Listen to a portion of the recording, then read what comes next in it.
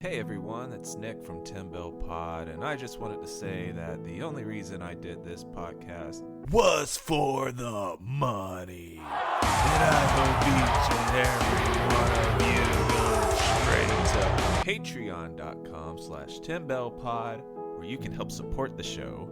There you'll find shirts with our new logo, a bonus content tier, and you can even just support the show for as little as $1. And of course, that's assuming you stupid hicks from insert hometown can afford $1. Think your favorite sports team sucks.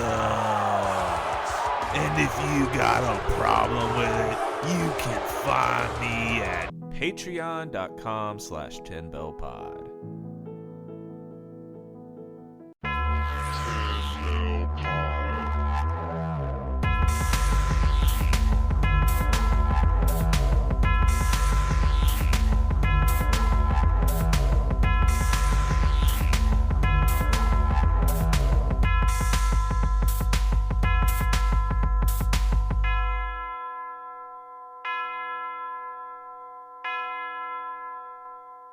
Hey, Jake, quick question. Okay, this is another one of these annoying questions you have all the time. Those are the only ones I have, Jake. Okay, cool.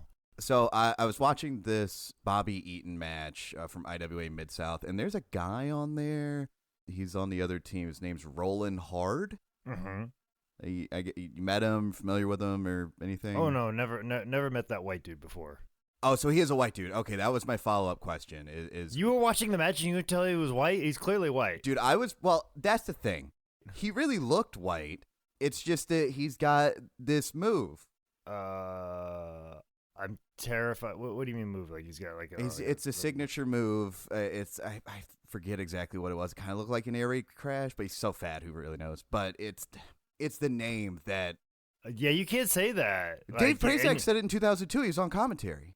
Are you trying to get Dave Prazak canceled? I'm just saying that Dave Prazak. It's the name of the move. Did he say the full name? He actually used the worst version of the name. Oh, he used the worst version. Okay. Yeah, he used the unfamiliar version instead of the familiar.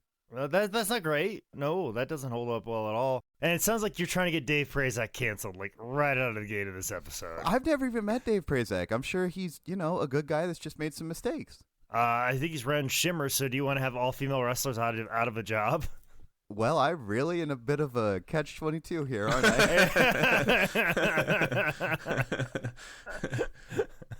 I could have this dialogue without trying to get Shimmer canceled. Like, I got goddamn fucking Hannibal Buress of fucking pro wrestling over here. Well, dude, I just came to the match because I heard there was like a Tracy Smothers riot beating type of thing. And then I hear that, and I'm like, hold on. All right, this is a whole new set of problems. Welcome to Tim Bell Pod. I'm Nick Alexander, and who would be a co-host of this show? Tyler Wood. Oh, thank you so much, Nick. Very, very happy to be back with such a thrilling intro. That should be hit. We should do a different intro like that every single week. Like, you know how you put a lot of work into mine? Just put like the minimal effort into Tyler's intro every single week. And this week we got fucking Wood for Tyler Wood. There you go. And that third voice you're hearing is all the way from Badge Street, USA, the men's scout, Jake Maddy. Oh, you're going to have to really pronunciate that a little bit better if you want to use that one. Like Bash Street. It's a tough one to say, but appreciate it, Nicholas, and some of your hard work will end up on a t-shirt if Haru is not completely busy from New Japan. So nothing's going to beat Forest Horseman. Nothing. That was good. Okay, all right. Yeah, I would agree. I still like the King of Camp Core and the tent smashing. Sorry, my brain is fried. I am running out of those. That's mostly why we took the year off, so I could think of more Man Scout intros. Yeah, there you go, guys. We're going to do a whole Patreon episode explaining why we took a year off. It was solely just so Nick could like stockpile some more puns and also more stuff that happened in pop culture so he could twist it around. Ooh, can I start getting some of those? Like, I want to be the rabid Wooderine. That's not bad. All right, maybe I'll fuck with some of yours. All right. So today, we're discussing one of the greatest tag team wrestlers of all time, one of the most selfless, chill, humble, nice dudes in wrestling history, and pal of the Man Scout himself, beautiful Bobby Eaton.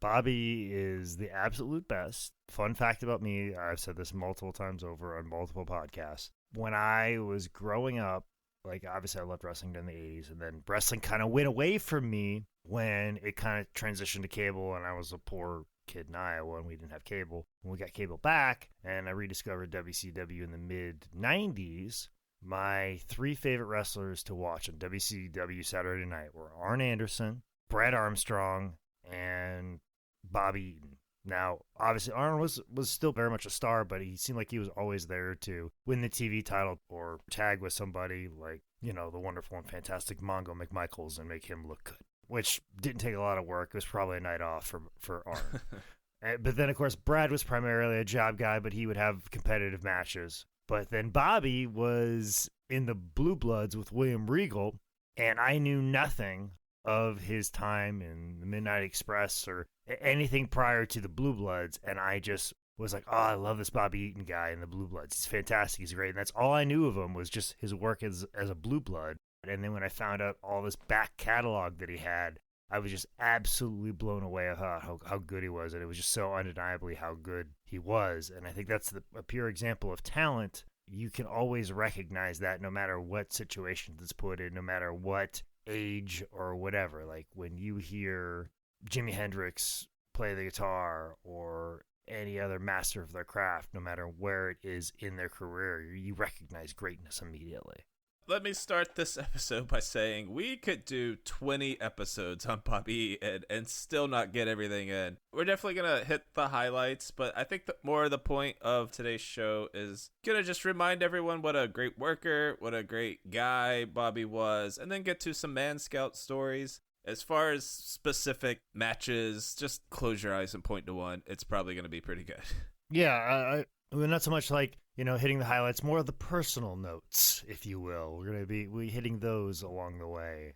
This is one of the episodes where I've, known and have met one of the topics of discussion. And Bobby is somebody who I luckily got to know. I always say never meet your heroes. Well, I met my hero, and he was the nicest person on the planet and the best professional wrestler of all time.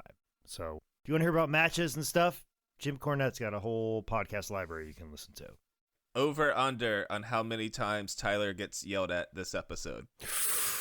Ooh, it's a good question. And depending on our Patreon schedule, we may have already done a pop quiz with Tyler. I wrote it on the plane over the weekend, and Tyler, you are in so much fucking trouble. But I made it. I made it easy on you, so literally you could guess. Okay. It's multiple choice.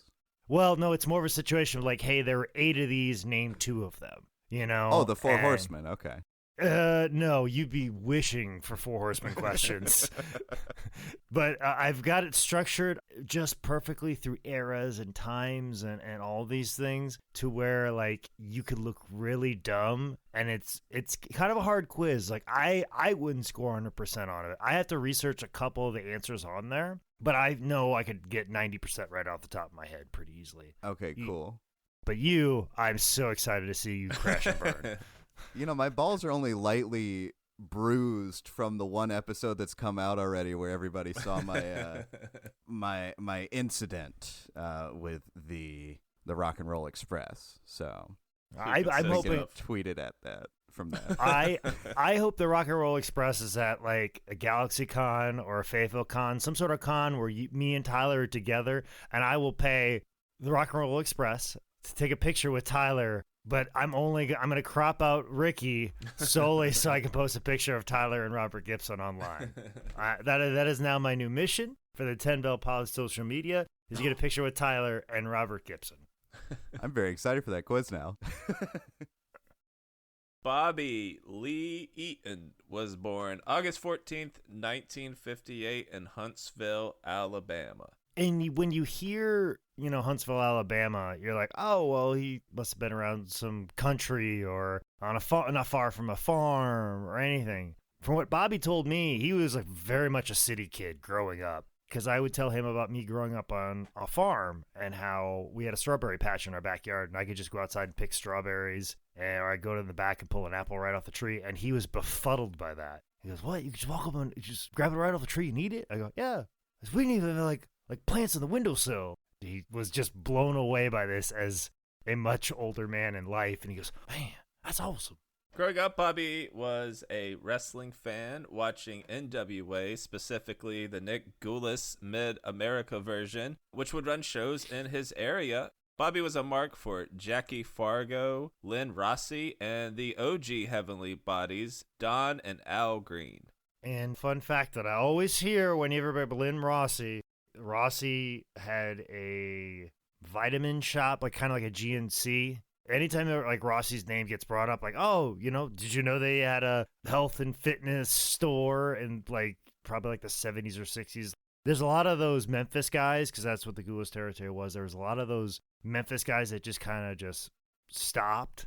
Because normally you would go to the Carolinas and stop, and because you made so much money there, and then you would like retire, and then you'd own a business in the Charlotte area, and then property would be worth millions now or whatever, and that's what you would do. But Rossi was like one of the few people that like stopped in Memphis, and people were like, why'd you do that? The payoffs were so shitty there. But he started a health and fitness store in Memphis, Tennessee, or Nashville. Might have been it was either that, but it was part of that whole Memphis territory. It might have been Nashville. I can't imagine all the non-FDA certified things that were being sold in a health and wellness store in the 70s. When I said health and fitness store, I meant he was just selling steroids in every locker room across the Nashville area. That's what I thought. I misspoke again. I apologize. Around 13 or 14, Bobby would start showing up early to the Friday night shows at Madison County Coliseum to help set up rings. As a result, he get to, play around in the rings, practice some moves. After the show, he'd tear the rings down. And as the person who has set up and tore down the second most rings on 10 Bell Pod, tremendous respect.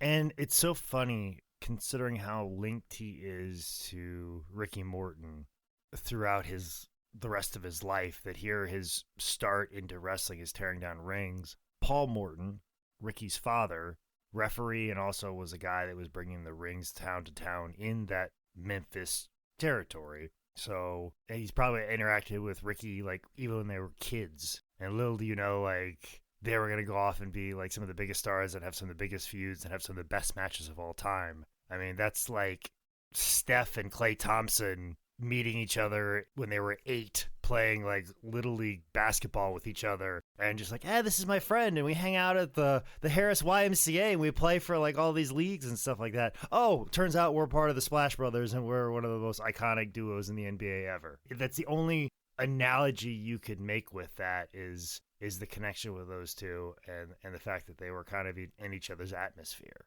When Bobby got a little bit older, he'd start going on the roads with the promotion, helping do setup, tear down, odd jobs. So, he's not even 18 yet, already all up in that carny life. After years of doing this, Bobby obviously formed some relationships with Du Bois, which led to Bobby's first match, May of 76, at the age of 17, when some jabroni no-showed a show in Birmingham. They asked Bobby if he wanted to fill in, and he said yes. And from what I understand, he was a complete natural to it. Obviously, as you've seen him wrestle before, him just picking it up immediately. You're like, duh, of course he would have. Like, obviously, he had to listen to all the veterans and do whatever they said. And he couldn't speak out or like, hey, I got this cool spot I wanted to do. But he was kind of regarded as a little bit of a child prodigy. Like, oh, everything that we throw at this kid, he absorbs it and he can go out and do it. Like, everything that we discuss as something being a possibility, or hey, in this match, why don't you do this? And he come out in the next match and he does that, but he does it 10 times better than we kind of expected. That's kind of what I understand the early part of Bobby's career was. And he always talked about like wrestling Gypsy Joe in like bowling alleys in front of 12 people. And like Gypsy Joe's trying to get juice and just all these hard and crazy stories of breaking in. And there's just young Bobby like, I just want to have a match. And then here are these crotchety 40-year-old men that are trying to be like, this is good for the business, kid. And Bobby's like, dang old man. Okay, dang old man. Okay. Just going along with everything and being very hospitable and going with the flow and just making it all work. And I think that's, where he got his reputation of working so well with people is like, all right, whatever you want to do, but I've got a lot more stuff I can do, but I'll find my spots for it and I'll get it in and I'll work it in. And his politeness and paying his dues for years and years and years. Because even that Ghoulish Territory era, I'm trying to, like, I wish I had more knowledge of it before Jarrett took it over and made it what it was and made it such a memorable, lasting, innovative place. Like, when Ghoulish was running, it was very much a territory that could have fell off and died, much like Southeast or Shires or Kansas City territory. It really could. It was, like I said, wrestling in front of 20 people in a bowling alley. Like, that was a regular show for them, or a regular loop, or a spot show they would do on a regular basis. Like, nothing to write home about. Tickets prices were already low to begin with. You know, there's really no money here. Obviously, Nashville's your bigger town. Memphis, you're going to do well. But I wish I had a little bit more information about that era, because it does fascinate me, because if Jarrett did come along and take it over, it'd be a much different landscape considering the influence that Memphis had for years to come. After his first match, it was game on for Bobby. His spots with the promotion would slowly snowball, and before he knew it, he was wrestling just about every single day, all while continuing to learn everything he could. And Bobby never got what you'd think of today as like formal wrestling training. He didn't go to a school, he didn't sign up for anything, but he gives a huge amount of credit to Tojo Yamamoto. Yeah, Bobby was in that era of time where they would just throw you in because somebody no-showed. You're out there wrestling, and all of a sudden now you're a wrestler. And you're like, I don't know anything. And you get in there with some experience, and they call a hip toss. And you don't know how to do it or take it. So you're out there in front of people, and you do what you think is a hip toss or do it how you think it is. And then you get to the back, and you get yelled at, and they instruct you how to do it in the back. And then the next match, because you're probably wrestling the same guy at the next town, he calls hip toss again, and you either do it correctly or you're like, oh, a little better, but do this. And you're just learning things on the fly, and it's like a pop quiz every day, but nobody's teaching you anything to quiz you on until you're there in the moment. And Tojo was one of those guys that would pull somebody aside when they made a mistake or wasn't doing something properly. And from what I understand, he would like wall off and hit you with a kendo stick right in the ear. I hear so many Memphis guys that train there that were like, yeah, I have less hearing because Tojo, when I would make a mistake, he would just whack me right in the ear, either with his bare hand or with his kendo stick. Even he'd swing his like wooden shoes, like he had wooden sandals. He would hit you with those. Like, and if you ever used them in a match, guys would be ready to get color on it, and then they get out there and Tojo hits him with the wood sandal and bust him open hard way, and they're like, well, this blade I got on my finger is useless right now because I just got busted open hard way on this. So yeah, Tojo was, I guess for lack of a better term, some people may consider him a bully, but at the same time too, he was also very knowledgeable. He was basically the Memphis version of Hiro Matsuda in that he would break a guy's leg just to see if he would come back, which is sadistic. But we try to make pro wrestling too safe all the time. Sometimes it needs a little danger. Sometimes it needs to be a little seedier. Sometimes it's got to require you to dig deeper than what you have. And I know that's not the most PC thing in this world today, but at the same time too, there's a line that you have to be willing to cross as a pro wrestler. And sometimes it's a line that makes you do dark things or puts you to a dark place. And Tojo will be the guy that pushes you to that. And sometimes you need that dark energy. You need the dark part of the force to get you through being on the road every single day for months and years at a time. You kind of covered what I was going to ask, but I was going to ask you, do you feel like the way that guys came up in the 70s and the 80s and the early part of the 90s made better, and that word's interchangeable, and definitely they did make tougher wrestlers than what we're seeing now? Do you feel like it was better for the business for people to come up that way, the hard way, where they're kind of getting stretched and bullied a little bit, than the way it is now? I think it made them tougher. And considering the way everything was structured, they had to be tougher, or else it just would have died. Even like someone like Barry Windham, where you're like, oh no, he's a tough dude. WWF's 80s schedule drove Barry Windham so fucking crazy travel-wise. He just like walked off in the middle of the night and left the tour. I think it was Mike Rotundo was like, Barry, where are you going? Barry! He just kept walking down the street and just flew home to Florida and said, fuck this. Fuck all this money I'm making as Team USA. Fuck all of this. I've had a fuck enough. It's driving me fucking crazy. I mean, you had to create tough people. So it's important. It's not as important as it was before, Because, I mean, let's be honest, the place where I work, you're on the road Tuesday, Wednesday, Thursday. I'm just coming off one of the rougher schedules, which was leave on Tuesday. And if I didn't have an indie booking, I would have been home Saturday morning, but I was home Sunday morning. And that's not that bad. And I'm home for like 2 or 3 days, where some guys, like, they wouldn't even be home for 24 hours or even an hour or enough time to even sleep. Just enough time to wash their gear and go on to the next one. So Bobby Eaton got one of his first big pushes in the wrestling industry when he formed a team known as Jet Set with George Goulas, Nick's son. George Goulas was fucking, oh my God, he was the worst wrestler of all time. And because he was the boss's kid, he felt he could go up to a wrestler of 20 years experience and be like, yeah, my dad said the finish is that you go down and I go up. And any wrestler's adage are like, fuck you, motherfucker. Like, have the guy who's paying me tell me this shit. And pretty much the whole reason George is teaming with Bobby is because Bobby's probably one of the most incredible, like, wrestlers in the territory. Also, he's young, so him and George are roughly the same age. So if you have two young guys, you want to make them a tag team, so that way the younger female fans, the younger fans in general, can gravitate towards them and buy a ticket to go see them. So that's how these are young, up-and-coming, like, good-looking guys and, like, heartthrob type guys. George is this doughy, buggy-whipped arm motherfucker. And, you know, Bobby is a young man with a nice, long blonde hair. Looks very attractive. Definitely comparably to George. Definitely, it was weird fucking comb over at 20. Like, just, like, and the little curls at the end. Like, just run a comb through your fucking hair and flatten that down. Like, it looks like fucking Tyler when he doesn't, like, comb his hair. Like, that's exactly what George Goulas looked like. Well, Joke's on you, Jake. I'm losing it. Yeah. And rightfully so. If you don't know how to take care of it, Tyler, you shouldn't have it. That's what I dyed mine, and that's why I'm bald. But yeah, like, the whole reason that I was there is because George was such an insufferable wrestler, and nobody wanted to work with him, but everybody wanted to work with Bobby. And that was the smartest thing that Nick Goulas could have done when having his son in the business. Knowing his son was such a punk kid and an asshole. And that's the other thing. At this time, a lot of guys had a lot of resentment towards Nick Goulas and felt like he was getting all the money and wasn't passing it along to the wrestlers. And they're thinking that this Jerry Jarrett guy, he may have some good ideas and he may put some more money in my pocket. Nope, did the same exact thing. or just didn't do it as bad.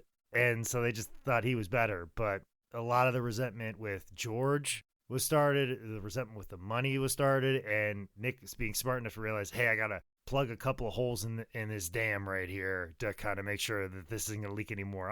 I'll put Bobby with my kid. Because the thing is, like, anytime you get, like, really mad, like, there's many times I've been very pissed off about something in a locker room, and I want to yell at somebody, and then Bobby Eaton will come around the corner, and I was like, oh, I can't be mad anymore. I think Nick realized Bobby's superpower right away, that when if they're mad at George for fucking something of the match, just keep Bobby close to George, and he'll be able to take everybody down because he's so, like, overtly nice, and he'll bring everybody's mood down.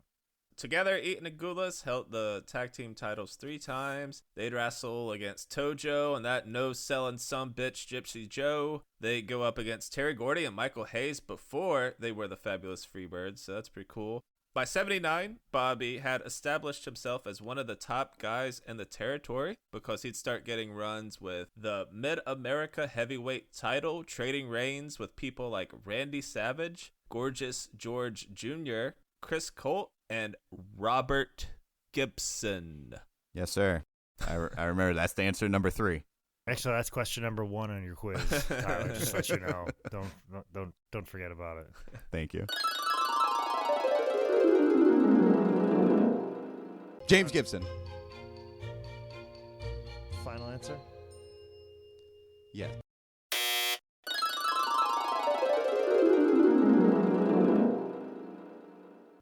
By 1980, NWA Mid-America was dwindling and would more or less get absorbed into Jerry Jarrett's Continental Wrestling. Bobby would be Mid-America's last ever heavyweight champion on their last show before vacating and heading to Memphis. And Memphis is where he would meet his wife, who was the daughter of Bill Dundee. And fun story about Bobby dating and eventually marrying Bill Dundee's daughter. Obviously, most pro wrestlers do not want a loved one to date a pro wrestler, especially during this time. But they started seeing each other behind Dundee's back. Bill found out that she was seeing a wrestler and was like, I'm gonna kill him. And then he found out it was Bobby, and he was like, oh, that's fine. Exactly. Like, Bobby Eaton is the nicest person ever. Like, you're like, no wrestler will ever date my oh, it's Bobby? He doesn't count. Like, he's a special category at every turn. And I can't picture Bobby putting the moves on anybody. The little bit that I know about Bobby, there was just seeing the way Bobby just talks. I can't see him being all sweet talky and lovey-dovey. I can just hear him go, you want to go on a date? Okay, cool. 7? All right, bye. Better put your wings on. I don't know how sweet talking Bobby like happens. And he clearly is like, all right, I love you. You want to get married? Okay, let's have some kids. Like, and it's just so matter of fact and just to the point. And just, I don't know if I want to know what that looks like or I'm more curious about it. But I'm glad it happened regardless. But it's just so funny. Before anchoring down in Memphis in 1981, Bobby would head over to Georgia and would pick up the TV title when he beat Steve Olenowski. Steve-O, because no ring announcer wanted to say that last name, hence why my last name switched from Feuerbach to Manning. Yeah, real pain in the ass when you Google Steve-O wrestling. You mostly get Steve-O from Jackass getting beat up by fucking... Umaga, there we go. Sorry. Something I was around for. Which is not on your quiz, so don't even bother. Just go ahead and lose that. Back in Continental, Bobby would team up with Sweet Brown Sugar, a.k.a. Coco Beware, and they would form the New Wave. They'd win the Southern Tag Team titles 3 times, and they were also part of Jimmy Hart's first family stable. And also, too, I think at this time, like, Bobby was doing the multiple Kings of Memphis, because you had Jerry Lawler and he made the King thing such a big deal that for eons and eons and eons in Nashville and Memphis, the way that you would get somebody over immediately is have them beat the shit out of Jerry the King Lawler, and they're like, I'm the new king of Memphis, and then Jerry Lawler comes back and beats him and proves that he's the real king of Memphis. I mean, they were doing that shit into the fucking 90s with like Mike Rapada and Burt Prentice's NWA Nashville in even the 2000s too. So they were doing that for eons upon eons. And I think it was Jerry Lawler beat Jackie Fargo. He became the king. He was the king for years. Then Jerry broke his leg, and then Jimmy Hart turned heel, and he brought out Paul Ellering and said he was the new king of Memphis. And then Paul Ellering had the medical issue that kept him out of wrestling, kept him from wrestling full time. And then Bobby, who was a part of the first family, he got the king moniker to get ready to then wrestle Jerry Lawler. But there were so many parts moving by the time Jerry came back that they were already past a king versus king thing, and Bobby was off with Coco Beware here. Bobby and Coco get into some classic, done a million times, territory tag team stuff. You get hot, then you're split up, you feud against each other, leading to a loser leaves town match that forced Coco out of the promotion. But then a masked man would show up, and this would be Coco's version of Stagger Lee, something similar to the Yellow Dog that we just talked about. It's used, passed along, and I know JYD and possibly others did Stagger Lee. Small side note here. Yes, based on the last Yellow Dog discussion, Yellow Dog also was circled into a tweet chain that I was on for me not knowing him as well. So add him to the list of people I'm slowly pissing off. Oh, great. Yeah, I actually see him on a regular basis. I'm surprised I didn't see him this weekend because I was in his area. Also, too, I think he's involved in a wrestling promotion I'm trying to get booked for. So thanks for fucking that over, Tyler. Has Chris Jericho heard the podcast yet? Oh, dear God. I hope the fuck not, because I need him to sign some figures for the merch department. So he's been very nice and very polite with his time. But I think he's on tour right now. So whatever. I just hope he listens at the beginning of the tour, and by the end of the tour, we're all good. Okay, so. Fantastic. What have you become now that you've betrayed everyone and everything and pushed them all away? I'm Judas. I know this already. I've betrayed Jake's trust. Jake is Jesus in this. We know this. The Judas effect is I don't get bookings or I get fired from my job. That's the Judas effect, actually. Dude, the thing that sucks is I wasn't even paid for it. I did it for free. Oh, it's Easter today, by the way, everybody. So in late 83, Bobby would go to Mid-South Wrestling under Bill Watts as part of a talent exchange for Memphis. Now, Nick, you being a basketball fan, when it comes to trades, this current basketball season, we had the big blockbuster trade of James Harden going to the 76ers for exchange for Ben Simmons and also some other players and some exchanges there. And we're all wondering how that's going to work out for all the teams and all the trades that have happened over the years for the Russell Westbrooks and the Kevin Durants and the Kyries over the years. You know, there's always debate on what trade worked out the best. This is, when it comes to wrestling trades, this is the wrestling trade of them all. This is the one that sent a multitude of Memphis wrestlers to the Mid-South, which the Mid-South was primarily a big man territory, and Bill Watts was primarily getting a lot of smaller, more active in the ring wrestlers, but with tons of personality.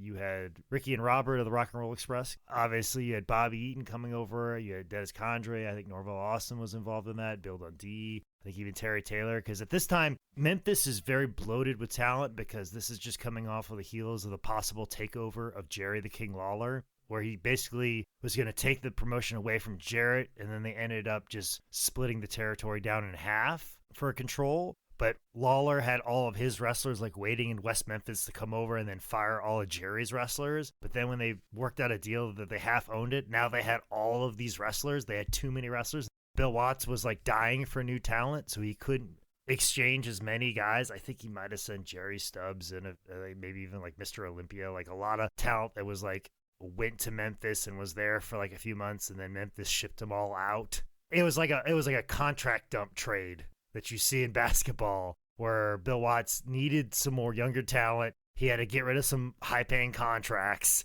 and get them off the books and just get them out of there so they could use Memphis as kind of a stopgap to get to Georgia or wherever.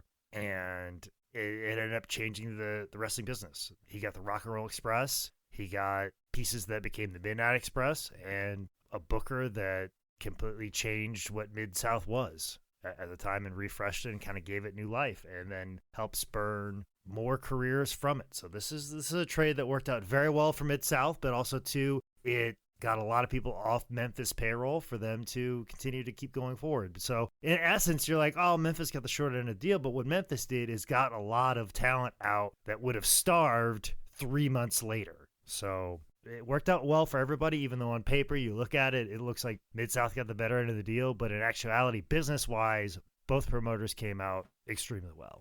Watts would put Bobby in a tag team with Dennis Condrey, managed by Jim Cornette.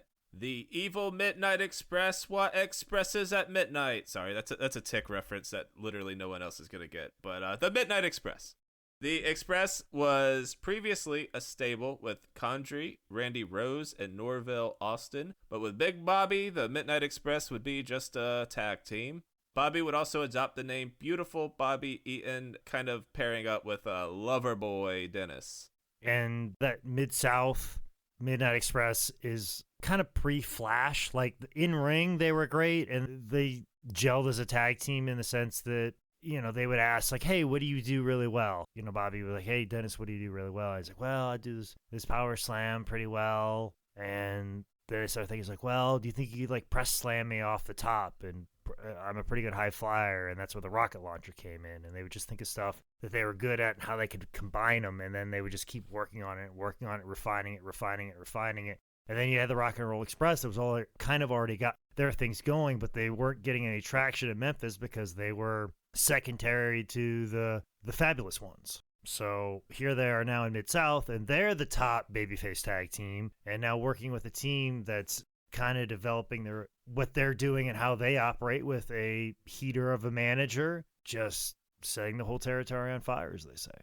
Did either one of those inspire the other between the Midnight Express and the Rock and Roll Express? Overall, the Midnight Express was formed before the Rock and Roll Express? Probably because of the movie. That'd be the thing. And I think they're just like Express and Express. So I'm a little fuzzy on when that happened. If you would have talked to me like 8 years ago, I could have told you exactly which TV it was, but my Memphis history is a little off. But yeah, they started that, but obviously it wasn't Bobby related. Mhm.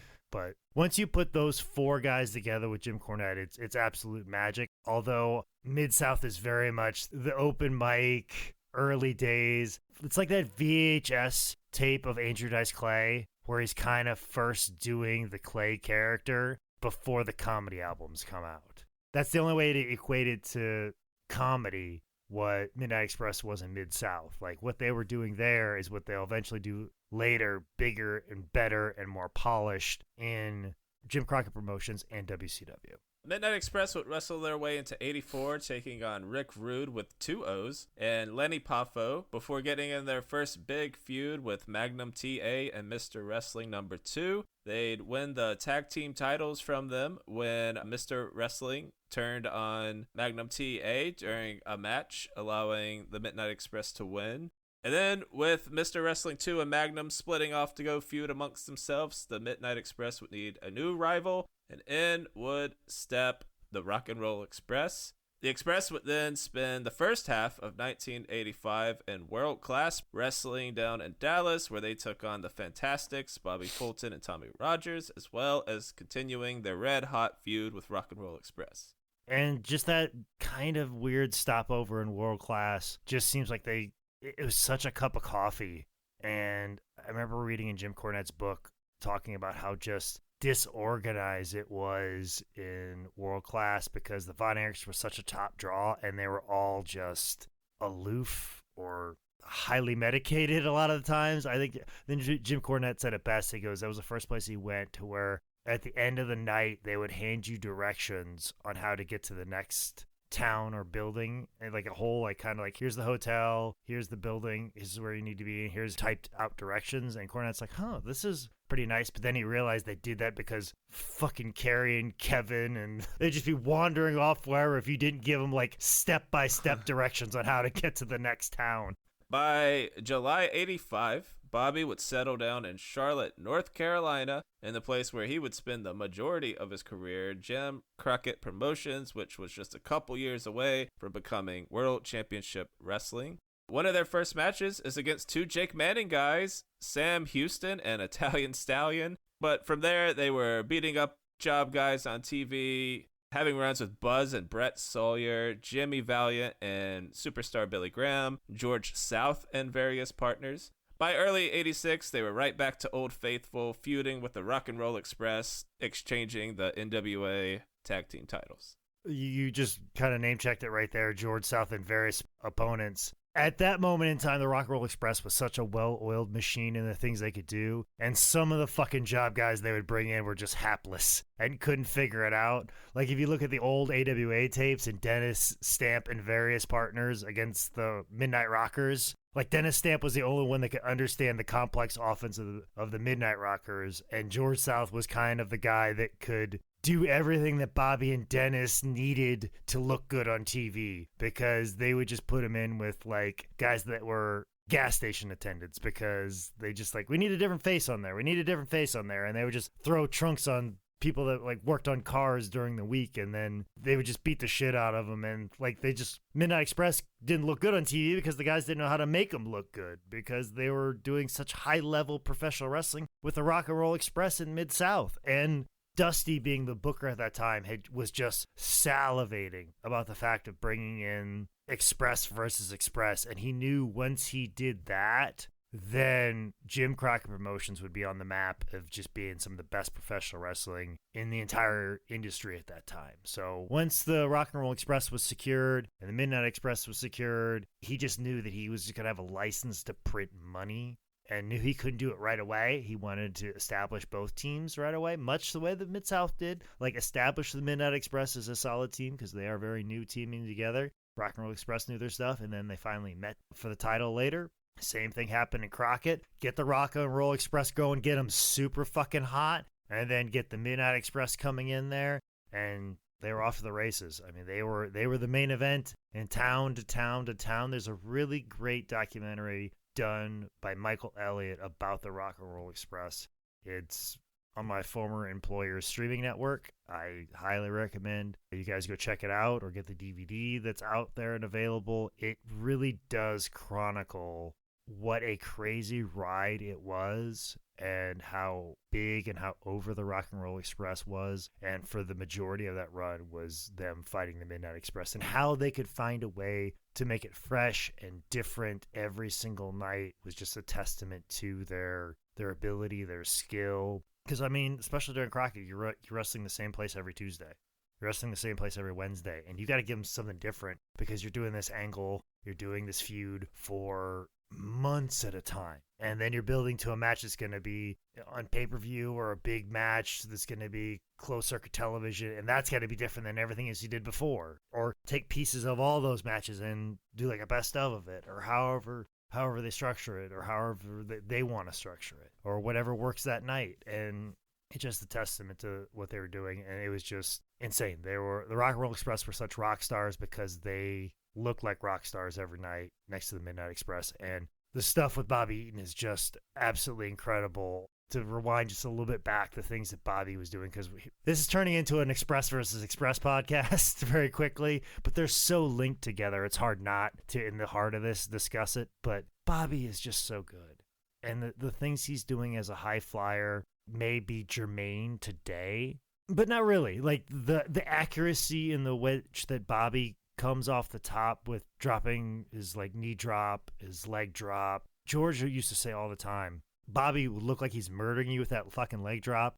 I mean, find any GIF, short video file of Bobby Eaton jumping off the fucking top of that leg drop. George would always talk about you could put an egg on your nose, and Bobby could drop the leg right on top of your face and your head, and he wouldn't even crack that egg on your nose. Like, he was that proficient, that perfect with it, and made it look so unbelievably good. And then also, too, think about the rings were not great back then. Hulk Hogan can't walk straight from dropping a leg drop from just a standing position. Bobby not only would just kind of jump off for a leg drop, he would spring off the ropes and elevate even higher and hit that leg drop with such accuracy. And then drop a knee drop as well, too, which doing that is the reason why I have a torn ACL. And for him to do it every single night in shitty rings and do it with such an accuracy. And I think his top rope leg drop, his top rope knee drop, I don't think I've seen anybody as good as him. It's pretty untouchable how unbelievably good, accurate, and from all accounts, safe he was with that. I don't think anybody's even come close to that. He was just so unbelievably good. And if you take in the context of things he was doing, he really was something special. And, you know, Dennis was good, and Dennis is a little underappreciated. He was a great post for Ricky and Robert. But Bobby as a high flyer is so good, and seeing him and Ricky bounce around, like, it really is magic. There will never be a time in professional wrestling where Rock and Roll Express and Midnight Express doesn't hold up. I don't think the sport, the art form, will ever evolve past that being like, that's old. There'll never be that time, and really, it's Bobby, I think, the thing that makes it special. And it wasn't just his high flying, it was his selling. I'll never forget a match with Bill Watts and Stagger Lee in Mid-South, and just taking punches from Bill Watts and Junkyard Dog. They just sold for punches. They just fed in for punches for the first 10 minutes of the match, and it's so compelling because he's selling a different way every time, and he bounce around, and it was so incredible. It was so different, and gosh, if he was any bit of a talker, he could have been like this unbelievable star. I can't say it enough how special he was during this time. And anybody that's seen the footage and the matches, like, you see it, you know it. And we spent a lot of time talking about how much money they made, Express versus Express. But gosh, as a performer, a technician in the ring, Bobby is absolutely impeccable, and he is in the mix with some of the best wrestlers of the time. Arn, Tully, Dusty, Flair. All these guys are in one place, and Bobby just stands out so much. So much. It's just unbelievable, the pro wrestling that was happening during Jim Crockett Promotions' run with the Midnight Express and Rock and Roll Express. And a lot of that has to do with not just like, oh, we have the Rock and Roll Express and they're a great team. It's on the other side of it. You have somebody like Bobby Eaton who could just make them look as good as possible and be this amazing post and do all these just amazing things. The Midnight Express and the Rock and Roll Express would feud throughout the next year, breaking off from time to time to work with America's team, Dusty Rhodes and Magnum TA, and also the Road Warriors, which built up to a scaffold match at Starrcade 86, which the Road Warriors won. And in the scaffold match, that's always like, people talk about that, like, ooh, the scaffold match. But everybody looks back like, they talk about how there was like boring chants while these guys are like on top of a scaffold and they have to fall down to the ring and they're just terrified. And Bobby's got a fear of heights. Surprisingly, even though he's a high flyer, he's just terrified and he's like hanging. And the thing is too, this is like a 1980s scaffold match. Revolver just had a scaffold match in January. The scaffold was put up very good and you can do a couple things up there, but anybody that's ever been on a scaffold, you know it's rickety. Imagine a 1980s scaffold with these monsters of Road Warriors on there, like it's shaking around and you can't do shit up there. And that's when the match starts. And I'll never forget Bobby's shoot or all the times he's ever been asked about the scaffold match. Like, oh, how cool was the scaffold match? And he goes, I don't think people liked it. Daggone, man. Like they were chanting boring. And we're like, we know. Like, that's my favorite Bobby quote of all time. He said, I was like, we know it's boring. We know this sucks. Well, I got to follow this fucking thing so it can end. But I can't just go right to it. We got to put a little drama to it. Need to get New Jack in that motherfucker. He could spice things up. Well, even New Jack, he started on the ground. Like, they didn't have the option. They just, like, went up there and, like, go have the match, and it sucked. And here they are putting life and limb, and Cornette's breaking his fucking leg, and Dusty's like, no, it's going to be awesome, baby. It's the attraction. That's what it's about, baby. I like what they do on that scaffold. Imagine you come down there, and you take on America's team, baby. Me, Magnum TA. Jacked up 80s porn star. You see that mustache over there, baby?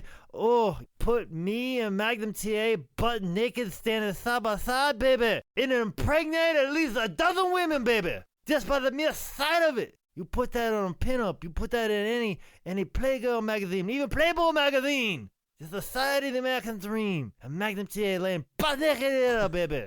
Side by side. They would impregnate a 40-year-old man with low testosterone, baby. That's what I'm saying. That's how fertile that image is. Imagine that with the beautiful Bobby Eaton coming off of that beautiful leg drop, baby. And you come down and you come crashing down on me. And you go for that cover, baby. And I kick out at one and I shake my head, baby. And I start getting up and I wiggle my little rear end, baby. And put that bionic elbow, baby. And then drop it down on you. And I get the 1, 2, 3, baby. Imagine how much fucking money we make. Also in late 86, Midnight was starting to mix it up in 6-man tags, adding Big Bubba Rogers to the mix to take on Rock and Roll Express with a rotating cast of baby faces like Brad Armstrong and Wahoo McDaniels. Yeah, I mean, there's so many pictures of Rock and Roll Express with Brad Armstrong, Jimmy Valiant, just anybody that has an issue with Jim Cornette. Like that's the beauty of that, and especially incorporating Big Bubba and be as good as Big Bubba was, as we've discussed in previous episode, very early episode too of Ten Bell Pod. He was just so good. And the idea that Jim Cornette could come out, talk shit about somebody, they come out, they yell at him, Big Bubba steps in, then the Midnight steps in, and the Rock and Roll Express steps in. That's just an automatic. You could do that every single week. It's fresh, it's different. And then the issue with that third baby face now can help elevate him now, because now he's fought the Midnight Express and can get the pin on Bobby or Dennis, and it doesn't hurt them because it's in a 6-man tag, so it's not like a tag. So like you can get that, and that babyface becomes elevated. So they're even kind of elevating singles competitors and keeping singles competitors hot at the time. So yeah, it's just the magic of the Midnight Express. Then in early 87, for my Always Sunny in Philadelphia people, Condrey Dennis System Bobby and separated entirely with no explanation. He just straight up went out for a pack of cigarettes and did not come back. Yeah, and nobody's really giving me a straight answer why the fuck that happened. He's like, just had to leave. I've heard multiple reports of like, not reports, but I've heard whispers, I'd say. So this is all alleged. This is all alleged. These are all alleged. I've heard like drugs are involved, tax issues. I've heard gambling debts owed. I've heard just an enormous amount of things of what that was. Legal trouble that he was hiding from. I don't think I've ever really got a straight, concrete answer. And when Dennis has been asked about it, he goes, just had to go. Just it's all you're gonna get out of Dennis. I guess that's all we get. Life goes on for the Express, and they soon added sweet Stan Lane, who stepped into the team, and they just did not miss a beat, which is more of a compliment to Stan than a diss to Dennis.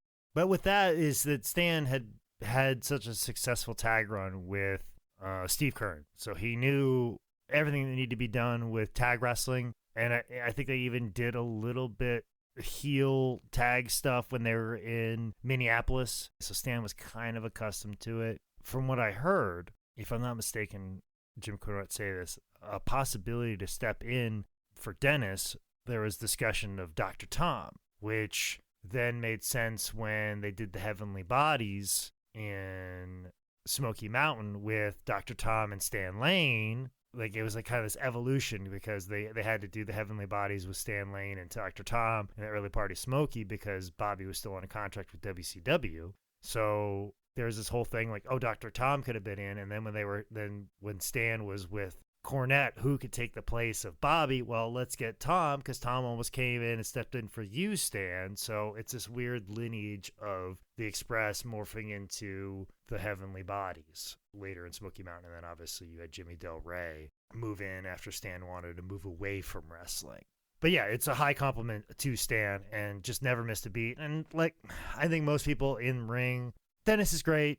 I don't think you're going to get the great matches that are to come with Midnight Express with Dennis. You know, Stan was a little bit younger, was a bit more open to doing more stuff. And you had somebody who was like Bobby and liked to move around quite a bit and high work rate matches, and it just really just added a new life to the Midnight Express. But you still had Bobby Eaton. Like, you're still one of the best tag teams ever if you have Bobby Eaton with you, hands down.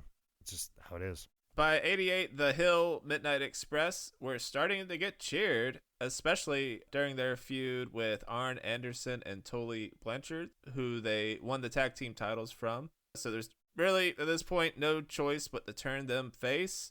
Also, too, with that Arn and Tully feud, Arn and Tully were about ready to go off to WWF, and they had the belts, and they basically said, the only people we are dropping the belts to are the Midnight Express.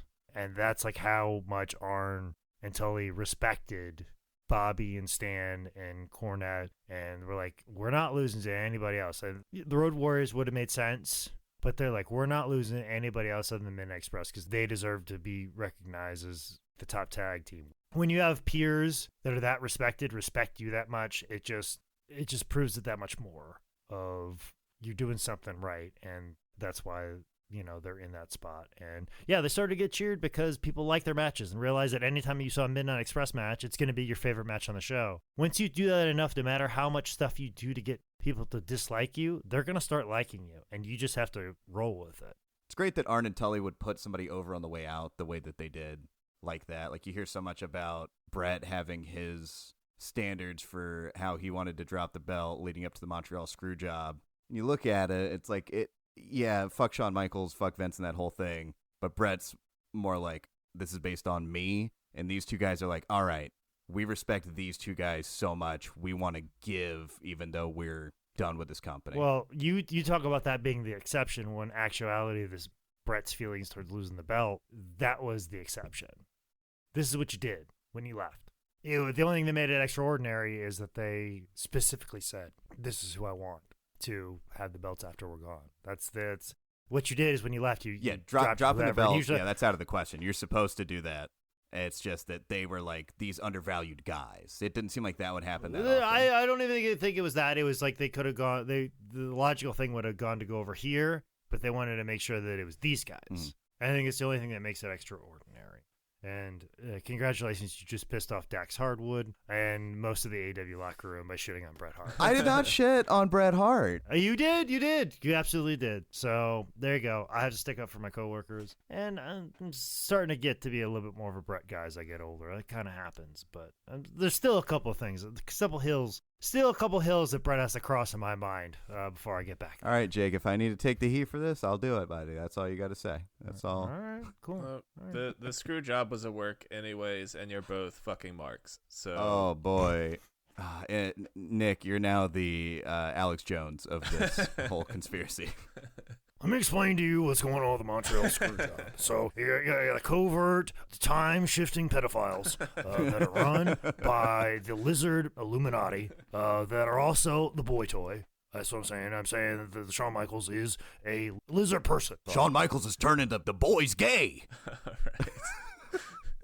All right. I was going to do this whole bit about how Dennis Condrey left because he was deep cover CIA, but you guys kind of got there anyways, so I'll just... Well, I'll be honest.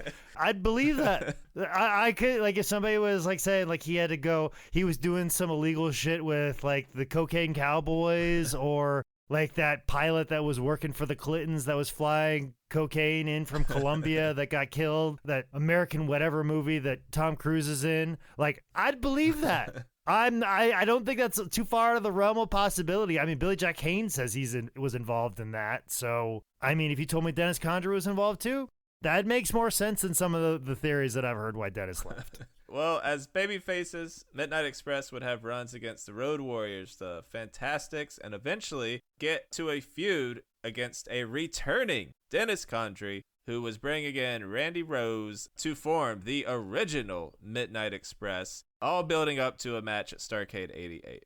You also have Paulie Dangerously in the mix, and like that, those two personalities mixing. It just really is kind of like a dream match. And, we do a lot of things like, Tony Khan thinks like we all know what CM Punk's entrance music was in Ring of Honor, or like they're bringing up something that happened on TNA in 2007. But like, wrestling's always done that. I mean, you look at this Midnight Express versus original Midnight Express feud. If you weren't paying attention to the magazines or knew about Memphis wrestling, which you had to live in Memphis to know that happened, or have the magazines tell you this story again, or listen to these guys tell this story, like, you wouldn't have known it. So wrestling's always done that, had all those deep cuts, and that's what makes it so rich of a storytelling thing. And you as a storyteller, if you have something like that is so rich, you want to tell that story. It can't be all superficial, like, I think it's dumb that you're calling back to something that happened here like 10 years ago. Not everybody saw Ring of Honor in fucking 2009 to get the importance in this. It doesn't matter. It happened. And if you do the research, you're like, oh, this is much deeper than I thought, as opposed to bitch about, I didn't know about this and I'm angry. It's not a new occurrence. It's been happening for years, and it makes pro wrestling fucking better. Jake, you bring up a great point. If you don't know all the little ins and outs of all the history of wrestling, maybe it's okay that everybody cuts you a break every once in a while. Not. But the thing is, though, if you are on a podcast that discuss the history of wrestling, I think you should know it. That's like being on a political podcast and be like, what's the House of Representatives? All right. And that's basically what you said. That's basically all right, what you said. Jake, I know the Midnight Express, the Rockers, all the same thing. Fantastic stuff. Moving on. If you take a look at Ring of Honor 2015, it's the best wrestling you'll ever see. Are you fucking doing a Donald Trump impersonation on this fucking podcast? I'll let you fucking get by with not knowing Robert Gibson. You'll catch a ration of shit for sure. But doing a hacky Donald Trump, I'm going to start a fucking petition to get you kicked off this fucker before the end of this season. You fucking went there? Oh, I'm sorry. Hey, let you know the Comedy Zone's got some spots open and available this weekend for you to headline. I did the Greensboro one last weekend. Well, no wonder why you're fucking falling into this hack material. Soon after Starrcade 88, Dennis would straight up leave again. So Gotta go. That angle over, the Express would jump into feuds with the Samoan SWAT team, as well as the Dynamic Dudes. which would lead to a breakup with Jim Cornette when he decided to go with the younger, hotter tag team. But a swerve was afoot, and at Clash of Champions 9, it was revealed that Corny was on Team Express the whole way, and they were back to being heels again. Yeah, and this whole thing's like a blur, like this whole 90s, early 90s WCW. It all seems like a fever dream through most of it, and trying to keep up with what's going on in it is sporadic, but there are some amazing matches that are happening, so this is not like my well-versed corner of pro wrestling history. Like, if you gave me trivia questions about this era, like, I would probably fail. I'd still do better than Tyler, but regardless. Noted. I'll write that down. But this era is just, it all kind of blends together. But there are some great matches afoot, especially when it comes to singles action with Bobby Eaton. So Bobby said in one of his shoots, and then Cornette kind of confirmed it, that this was about the time when the booking committee was very political, and anytime you started to get over by yourself, they were just going to crush you, put you somewhere else, push you down the card, cut your time, do whatever they had to so that the guys on top could stay on top. Now, bad guys again, the Express started a feud with Flying Brian and the Z-Man Tom Zink. They take the titles off of them before dropping them to the Steiners. And then Bobby's career gets real different. In late 90, Jim Cornette and Stan Lane left WCW while Bobby stayed as he was earning really good money. And for the first time in almost a decade, there was no Midnight Express, and Bobby would be a full-blown singles competitor. This is like, I'm in the mood for some really great professional wrestling, and I just want to watch just an amazing match. I'll just look up for Bobby Eaton matches during this time.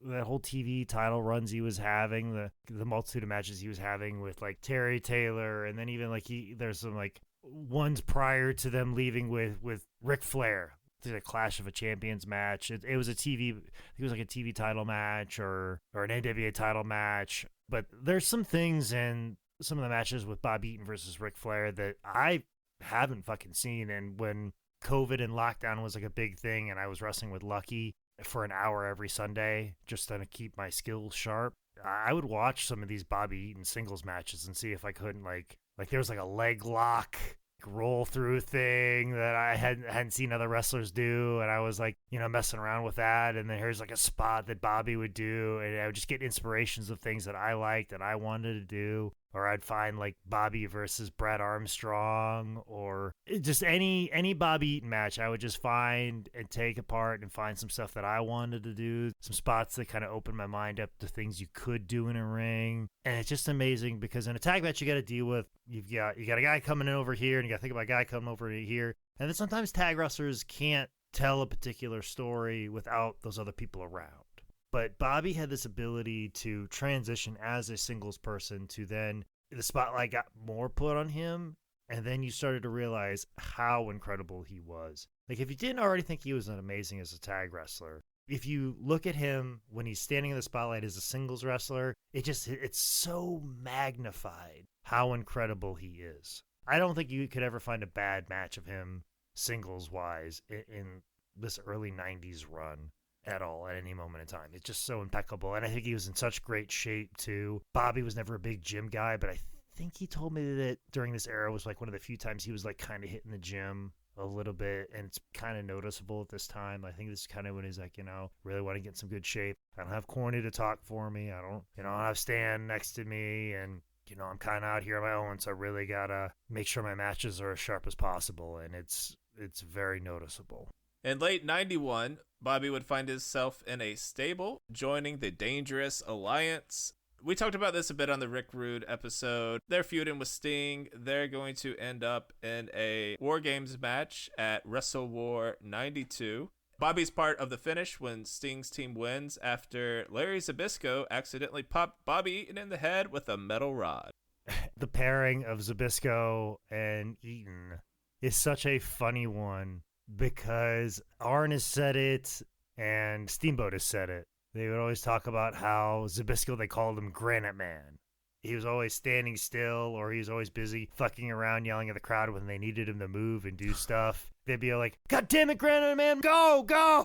because, Bobby used to bump and feeding, and like Zbyszko was used to that slow style of early 80s WWF, and it wasn't getting it done in Southern wrestling in the early 90s and late 80s era, so they just give him shit all the time, like, God damn it, Granite Man. But, eventually you'd see the pairing of like Arn and Bobby, who were great friends and just were of like mind on what needed to get done in a wrestling match, and they really had some very under the radar great tag matches that just, once again, also test of time. And it's like two guys that were in two different tag teams come together with this whole catalog of things like, well, I used to do this with my old partner. I used to do this with my old partner. Well, I was good with this. Okay. And then meshing that together into this beautiful thing. I think if we got maybe like a couple more years out of Bobby and Arn teaming together, I think maybe we're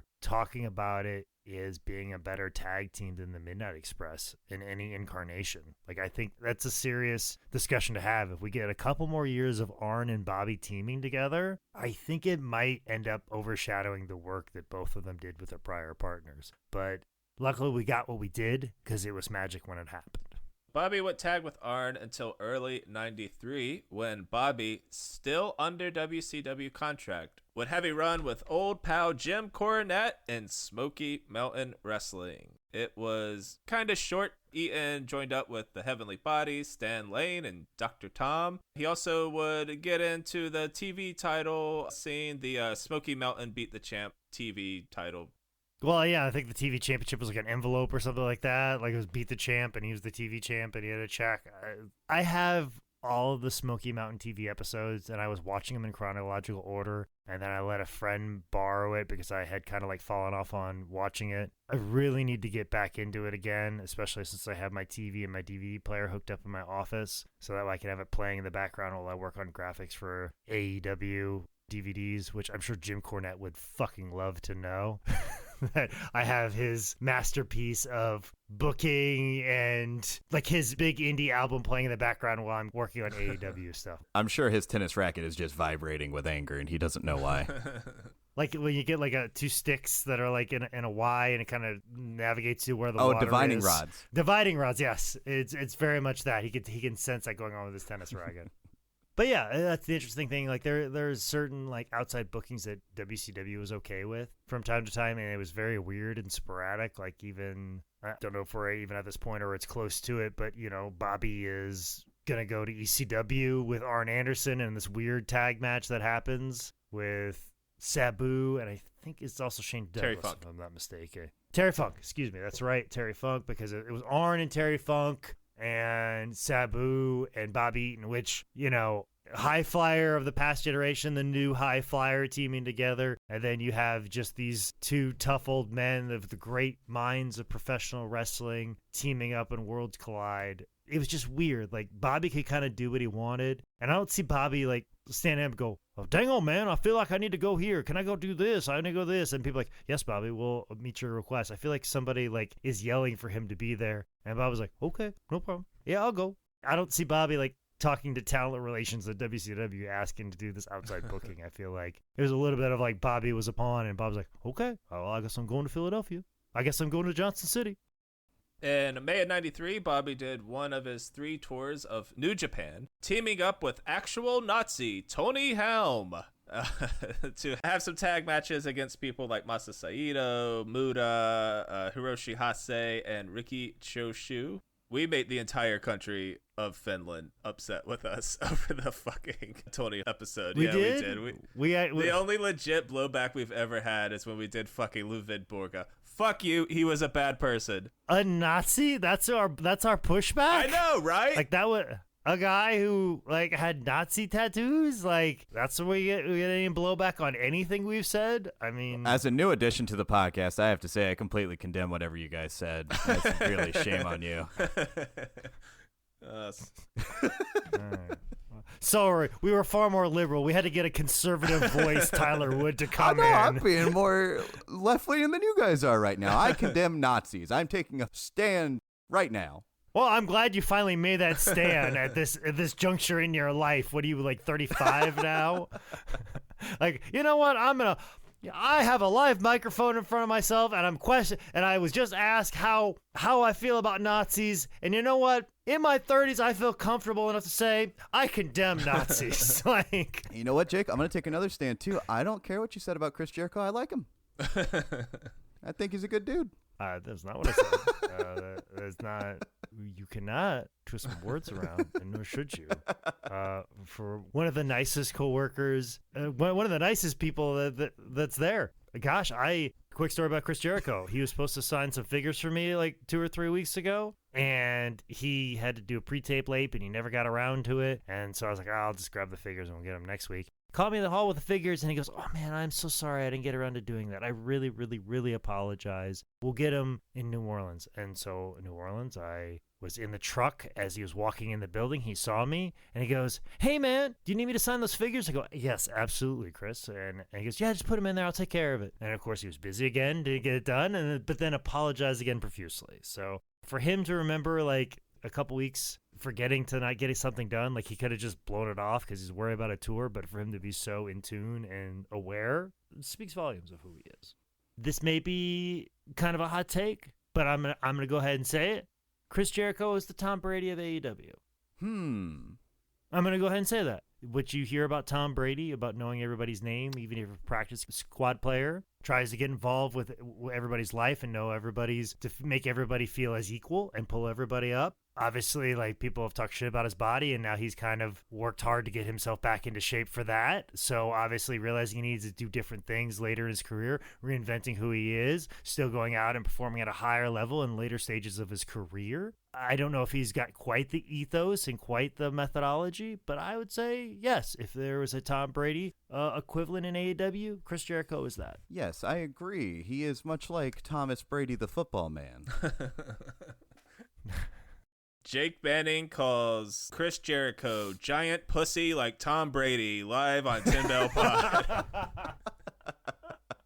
Continue on with this love fest of Bobby Eaton, could we please? Back in WCW, kind of a lateral move as far as tag team partners, as he would start tagging with He who shall not be named.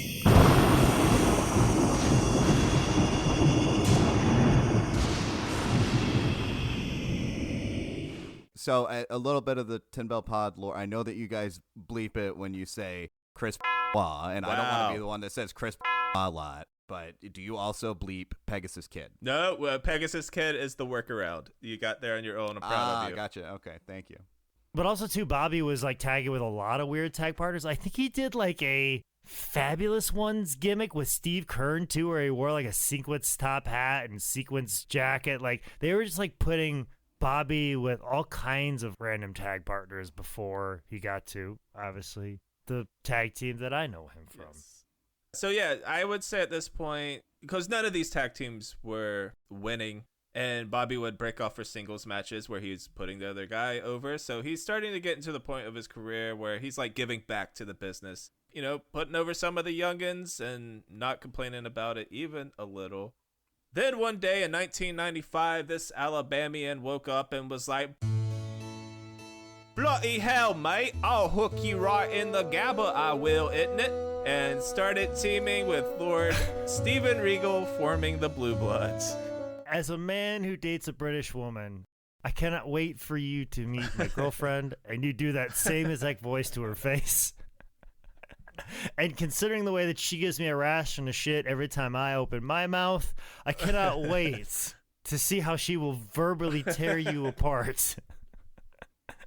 And even some phrases I end up saying British just because I'm around her so much, because it's just an interesting way to talk. But yes, Sir Robert Earl of Eaton. And God, William Regal is so fantastic at like the little stuff, and I'm so glad he is working in AEW right now. I've had such polite and wonderful conversations with him, and he's such a great addition. But, you know, him starting off in WCW and just being this polite and wonderful individual that people wanted to work with. Like, I can't imagine how nice and polite it was to probably put together Blue Blood matches.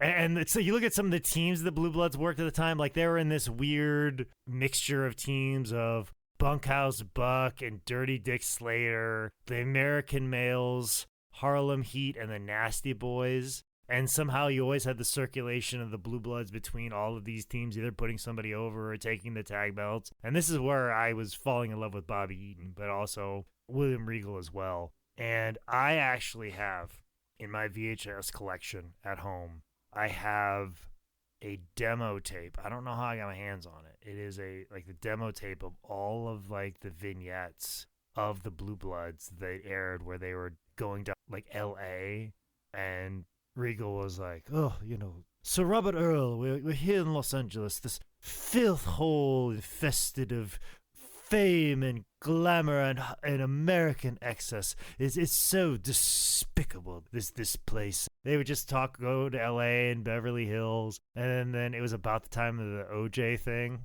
and they went to the Brentwood estate, they were around the corner from it, and they did a whole bit. I don't know if this holds up or not, but it's fucking funny as hell, where Regal is he's talking into the camera, and they did this a lot with it, where Regal's talking to the camera and be like, and see this place right here, this is where American footballer and celebrity of kind O.J. Simpson murdered his wife and another man, like going on and on about how this is the decay of America, yada yada. And meanwhile, Bobby is behind, and he looks into the bushes, and he pulls out a knife, and he gives a Barney Fife look on his face, and and then throws it back in, like he found the murder weapon, and then threw it back in the bushes. It's just I don't know if you could get away with a bit like that, but there's all these different things where they were going on these tours, and Regal just being a dick about America and just talking shit about pop culture people. And I said, I'm not even 100% sure all of them aired, but I have the demo tapes of all of them, and hopefully I can get to a point where I can talk to William Regal about the Blue Blood era with him and Bobby, because I love Bobby so much, and I travel with Bobby so much, and now that Regal's around and he seems very open to having conversations with people, a lot of times I see him pull all the wrestlers and he'll just start talking. It was me and Nyla Rose just waiting for our flight from New Orleans to Dallas, and he just walked over to Nyla and started showing pictures on his phone, and let me tell you about this, and when I was a young lad and I did this, and he'll tell some story from when he wrestled in the Carnival Circuit in Blackpool, and just because he wants to talk to people, and he knows he's William Regal, so he knows everybody's nervous to talk to him, so he'll start a conversation with somebody just so he can talk to people and be present in the locker room. So if he ever calls me over for something like that, we're going to talk about Bobby and the Blue Blood era and all of everything that I just absolutely love in this whole era that they had. It was just fantastic and wonderful and great. And it was always this understanding that we all know Bobby's from Alabama, but Bobby trying to act classy by just slicking his hair back is just, it's hilarious. And Bobby's still Bobby, and it's great. The Blue Blood era is, if you're a Bobby Eaton fan, you love the Blue Blood era. You can't hate on it because it's just too entertaining. By 96, Bobby was starting to put all his efforts into grooming the next crop of WCW wrestlers. He was Mr. WCW Saturday Night, not only making green guys look like 10-year vets on TV, but he was also literally training them at WCW's power plant. He even did motion capture for WCW Mayhem. And back when the WWE Network was a thing, and you could type in wrestlers, I don't know what the fuck you do on Peacock now. But you could search by wrestler on the WWE Network, and that was so great. I would just type in Bobby Eaton, and you would find these weird matches like Bobby Eaton versus Ultimo Dragon on WCW Nitro, and you're like, what the fuck? And then you're like, they did this 4 times, and each one of the matches are 2 minutes long, and they're just matches that were just thrown on the fucking card for whatever fucking reason, because they had to kill time before they came back so they could fucking hot shot something or to beat Raw and whatever they're doing over there. And yeah, there's all this random matches. Some of them were good, some of them were not great, but anytime you just search Bobby Eaton and Brad Armstrong on a WCW Saturday Night, you really can't go wrong, and you're gonna see something interesting. But yeah, Bobby's spending more time training, and he realizes he's towards the end here. And I remember taking a car ride with Bobby and Barbarian and a bunch of other people, and him and Barb were talking about this time in both of their careers, where they're just basically there to make the other guys look good. and they're basically going down to Universal Studios and recording fucking weeks worth of WCW Saturday Night, WCW Worldwide, and they like talked about how much they loved it because they'd be flown in a day early and they'd go to like they'd stay at a hotel that had a basketball court, they'd shoot baskets, like, and just like pal around, hang out by the pool, then wrestle like 3 matches in one day. And fly home the next day, get a check in their mail every week. They go do that once every 3 weeks or 4 weeks or 6 weeks. They get called to TV, or they're just kind of like, another paycheck, just kind of really relaxed living of pro wrestling. And talking about how like it was so different from the time when they had to be at a different town every night. That was kind of nice, got a few more years, few more paychecks out of it, and just was kind of enjoyed it and enjoyed putting other people over and 4 or 5 minute matches.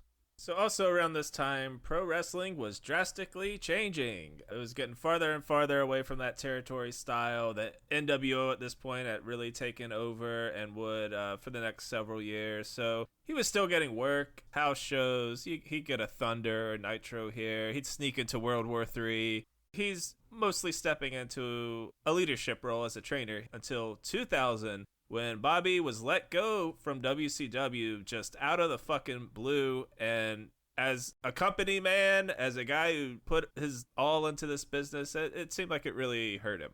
Yeah, and let me explain to you why it might have. This is going to be a long story, but it's important. It's a fun story, but the end will all make sense on why we're doing it here. I knew this would be the best spot for the story. So mid 2000s or so, or early 2000s, like 2003, 2004s or something like that. Obviously, Bobby's on the indies, and he's seeing George probably like every week. And, obviously they'd see each other talk or whatever, and then George was talking about certain towns he was going to, and they were like, hey, where you at next, or where you at, or where are you going? Oh, I'm going to see you on this show, like as you do as pro wrestlers. And something came up to where George was like, yeah, I'm going to be in Lincolnton next week. Then I'm going to see you in Fayetteville next week. And it came up in conversation when they were talking about dates. Bobby's like, hey, George, my car broke down a couple weeks ago, and I left some of my stuff in there. Do you think you'd go by my car? Because it just, during that day, like you just ran your car into the ground. It stopped. You left it on the side of the road, and then you made the show that night, and you're just like, fuck it. It's not worth getting out of fucking the tow yard to get it fixed because it's fucking done. And that's kind of what happened. But Bobby left some stuff in the trunk. So he asked George to go to the junkyard, and do you think you could just get whatever's in the trunk? And George was like, absolutely, sure, I'll go when I'm going to Lincolnton. So he went, and only George could say, he went to this tow yard in Lincolnton, and when he showed up, like he's thinking like, oh, this was towed a few weeks ago. Turns out the car was like covered in weeds and had been there for like years. George was like, when he got up with Bobby, he was like, Bobby, that car didn't break down weeks ago. And Bobby's like, well, okay, well maybe it was a few months ago. Like the time that it just kind of blended together. But in that trunk, Bobby had some gear and some boots, and that's pretty much what George was to get. And I think some of that might have ended up in the George South Museum. But one thing that definitely ended up in the George South Museum was a WCW letterhead piece of paper that was Bobby Eaton's termination letter. George South has Bobby Eaton's termination letter from WCW. It is 1 paragraph long. It's basically, thank you for 19 years of service, but your contract has been terminated. That is basically how they say goodbye to a 20-year employee. What is it that Dusty said? You work there for 20 years and they send you out with a handshake and a Rolex, Daddy. He didn't even get that.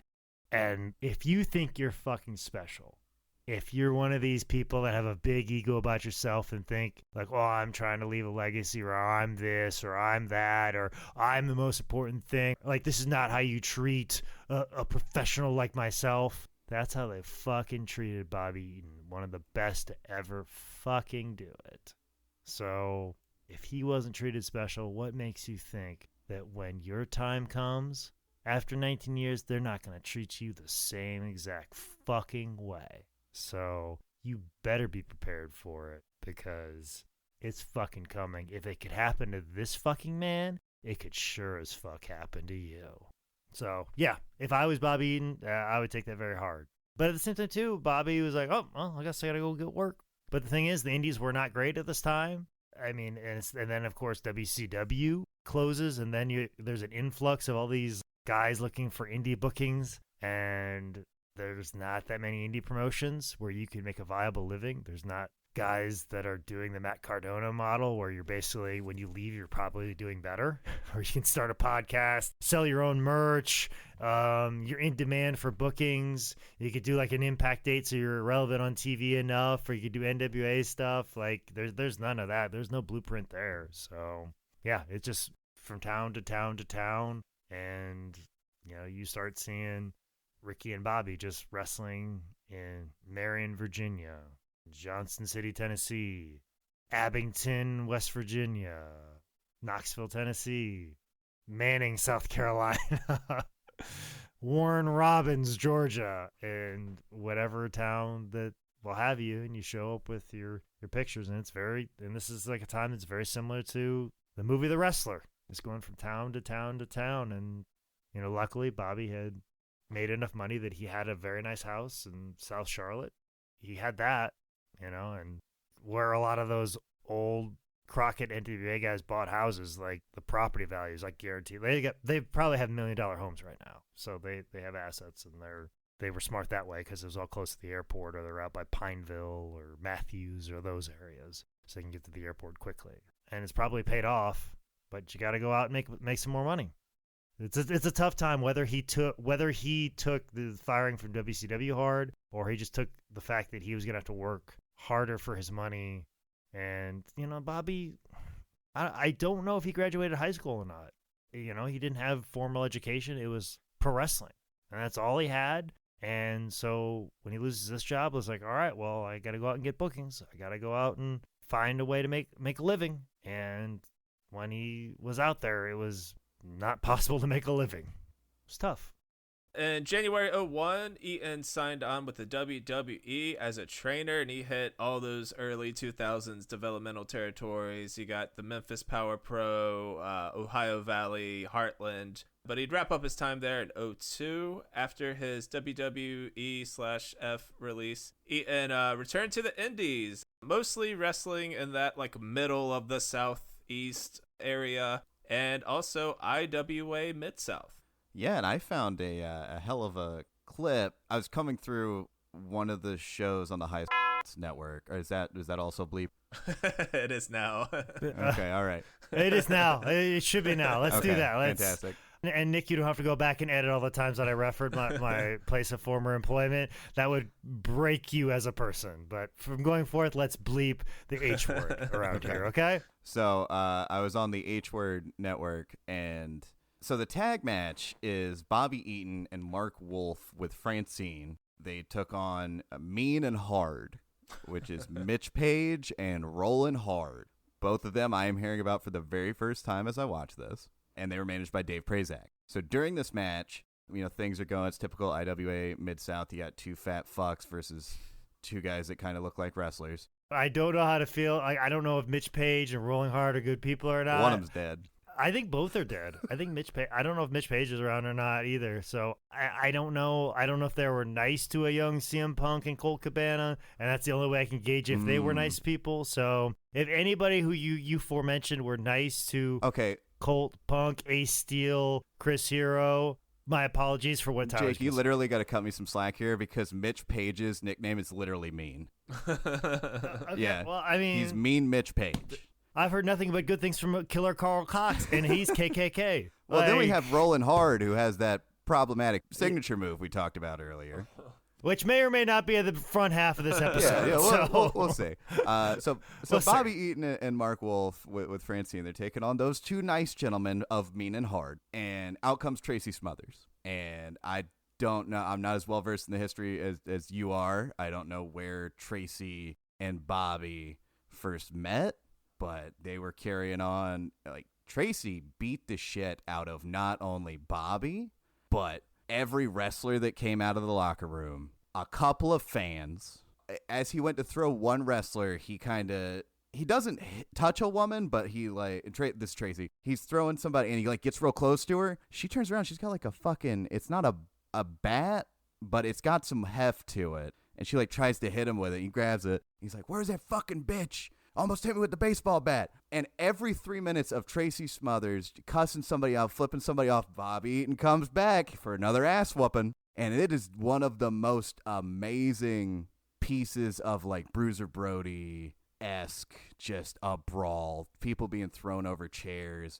And Bobby Eaton was right in the middle of it, trying to just redirect as much of Tracy Smothers' anger at him as he could. It's really a great thing to watch. It's highlighted on the IWA Mid-South YouTube page if you want to take a look. And that's the thing is that we'll definitely do a Tracy episode. Tracy's just like, "I'm gonna piss these motherfuckers off. I'm gonna make some goddamn money." Like Tracy's down to start a riot where Bobby's like, "Calm yourself down. Goddamn fucking Tracy. Get all fucking pissed off and shit. Fucking tell him, dang on, man. Just relax. Dude, it was crazy Calm to down. see. I couldn't tell, like, not to sound like a mark, couldn't tell what was real and what wasn't real because Ian Rotten's out there trying to calm him down. And I think at some point it was like, "All right, it's gone. All right, Tracy, you got Tracy, you good? You're not even the main event, bud. You're good. You're good." Because heaven forbid there be any fucking danger in professional wrestling. So, like, that's... Dude, that felt that's dangerous. Tracy. Like, watching it scared the shit out of me. Yeah, and that's what they wanted to do. And they would do stuff like that to IBLA Mid-South all the time because they weren't afraid to lose a building. And they often did. So... In 2003, Eaton formed a new version of the Midnight Express with Ricky Nelson. Well, let's say Ricky Nelson was a promoter of NWA Mid-Atlantic. He booked Bobby, was a mark for Bobby, wanted to team with Bobby. There's a multitude of like Rock and Roll Express 2005 because Robert Gibson, Tyler's favorite wrestler, pissed off a promoter, but Ricky was cool. So then all of a sudden you had Brad Armstrong teaming with Ricky Morton, and they were Rock and Roll Express 2006 because Robert did bad business with the promoter. So, like, it's just one of those things. I mean, heck, me and Dex Hardwood were the new Heavenly Bodies, and we just call ourselves that as a rib because I was Gigolo Jimmy Del Rey, and he was Dr. Tom Pritchard, which he fucking hated. And I was like, "Look, I'm fucking Gigolo, all right? Like, I'm the fucking worst of this, all right? I'm the ugly-looking human being of the situation. Just because I called you short and pudgy doesn't mean you should get mad about it." But he looked like Dr. Tom, you know? Like, whatever. It was all a joke.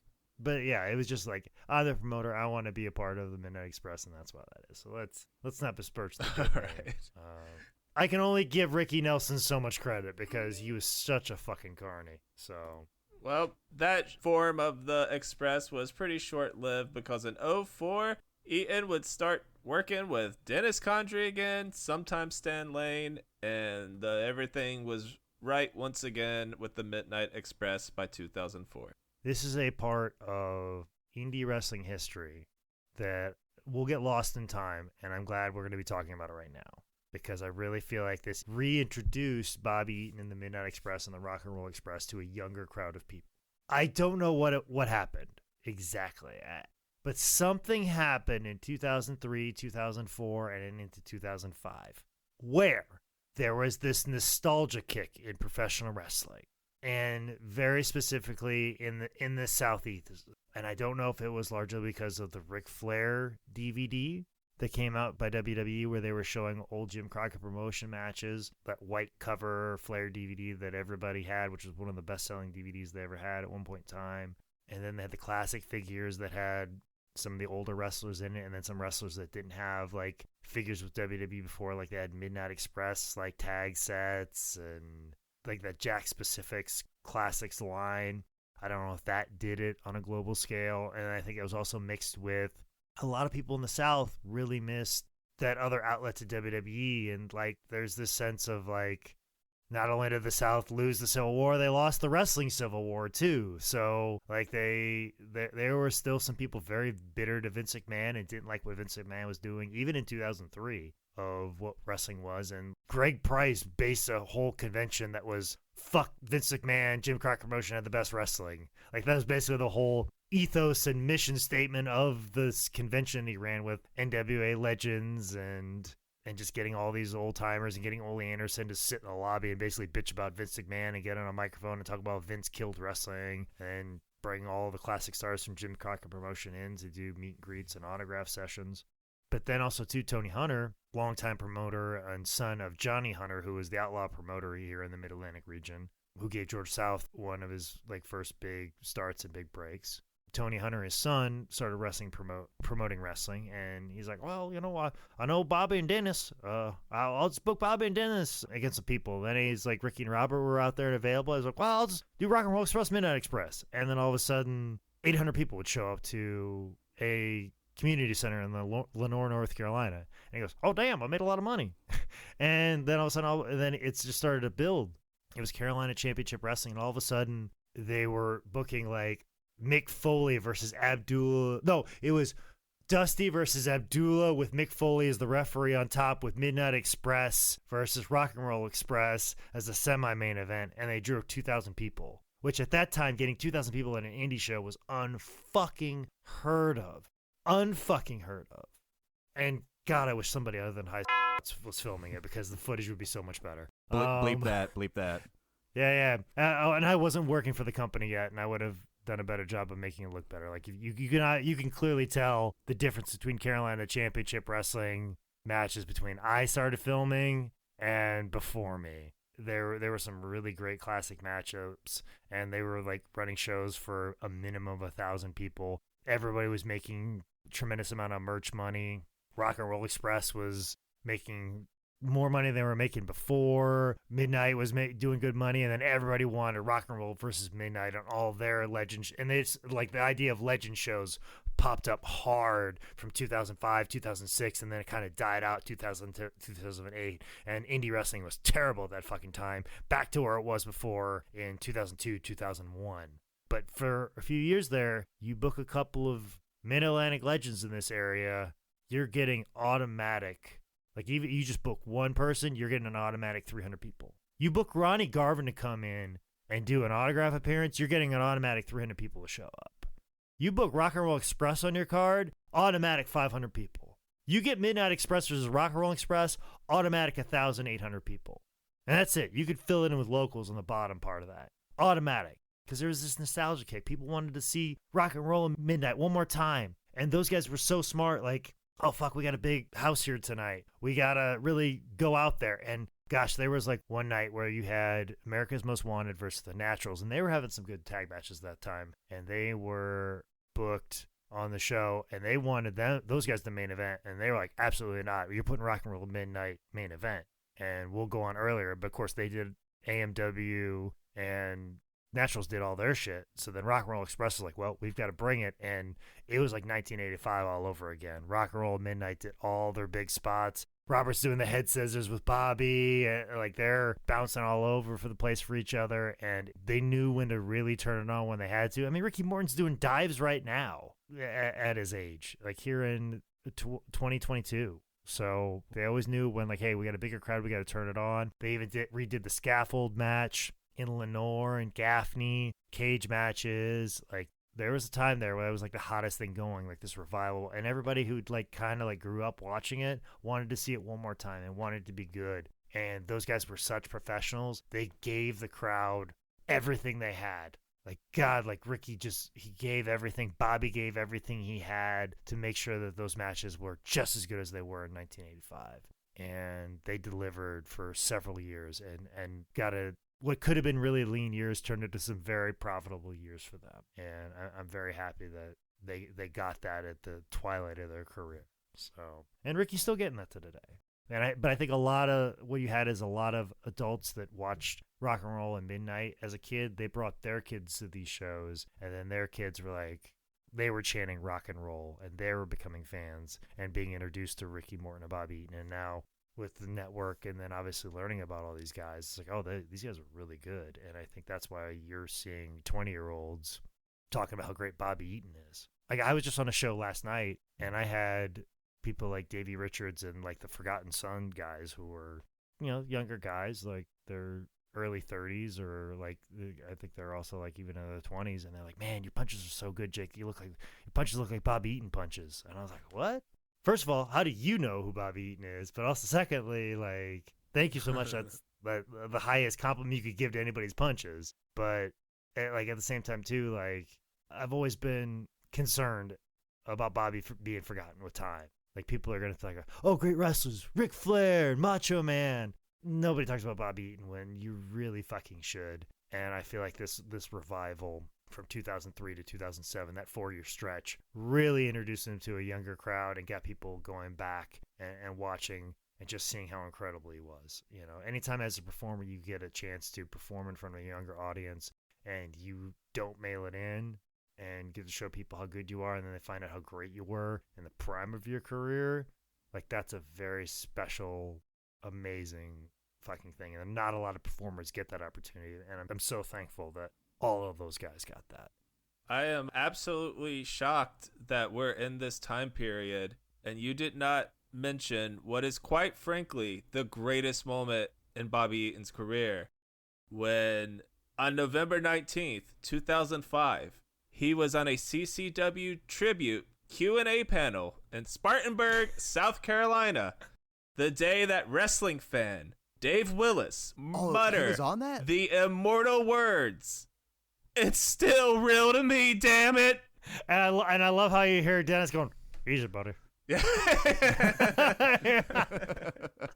Take it easy about it. That's my favorite part of it. And I'll never forget when that fucking happened. Our ringside camera guy, the guy who was filming up close, like getting tight shots, was like looking back at me, and I had the tripod with the hard camera. And he just looked up at me and he goes, "What the fuck is going on?" And I thought the big moment of that Q&A was, there's a lot of Dusty hate in the Carolinas. Some people hate Dusty because he felt like he killed Crockett.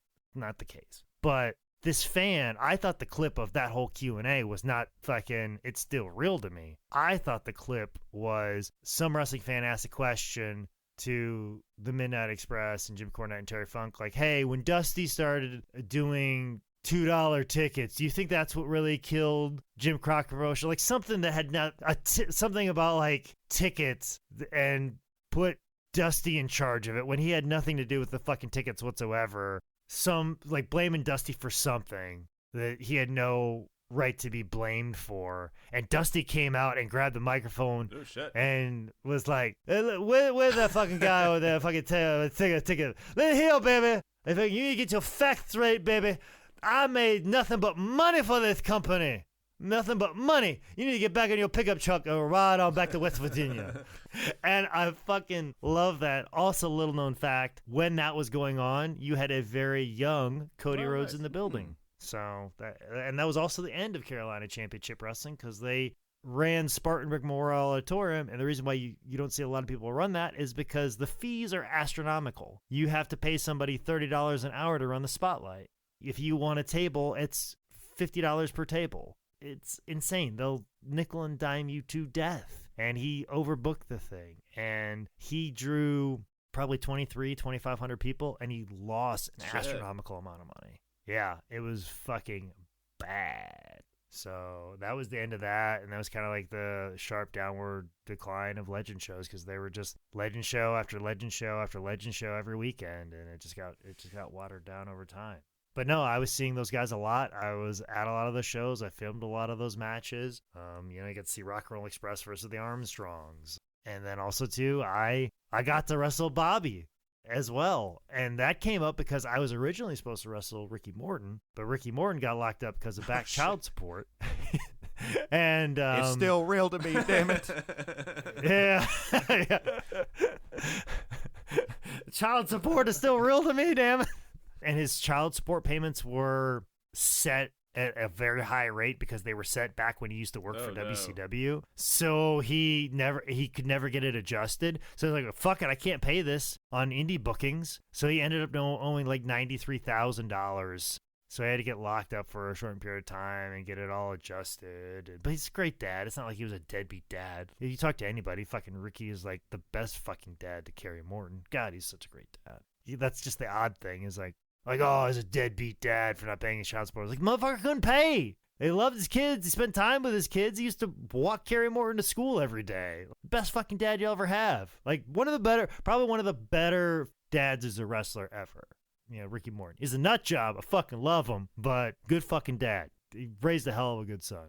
But Ricky got locked up because I was supposed to wrestle Ricky, and then Bobby ended up picking up all of Ricky's bookings. And I cut a whole promo about Ricky. Couldn't be here. He's locked up. Had somebody dress up with Ricky Morton. I did the whole Shawn Michaels, pushed him down and then pinned him. And then all of a sudden Midnight Express music hit. Bobby comes out, and I am a bumping fucking fool for Bobby Eaton. Like, that was one of the first things I did when we had the old H-Word TV at high.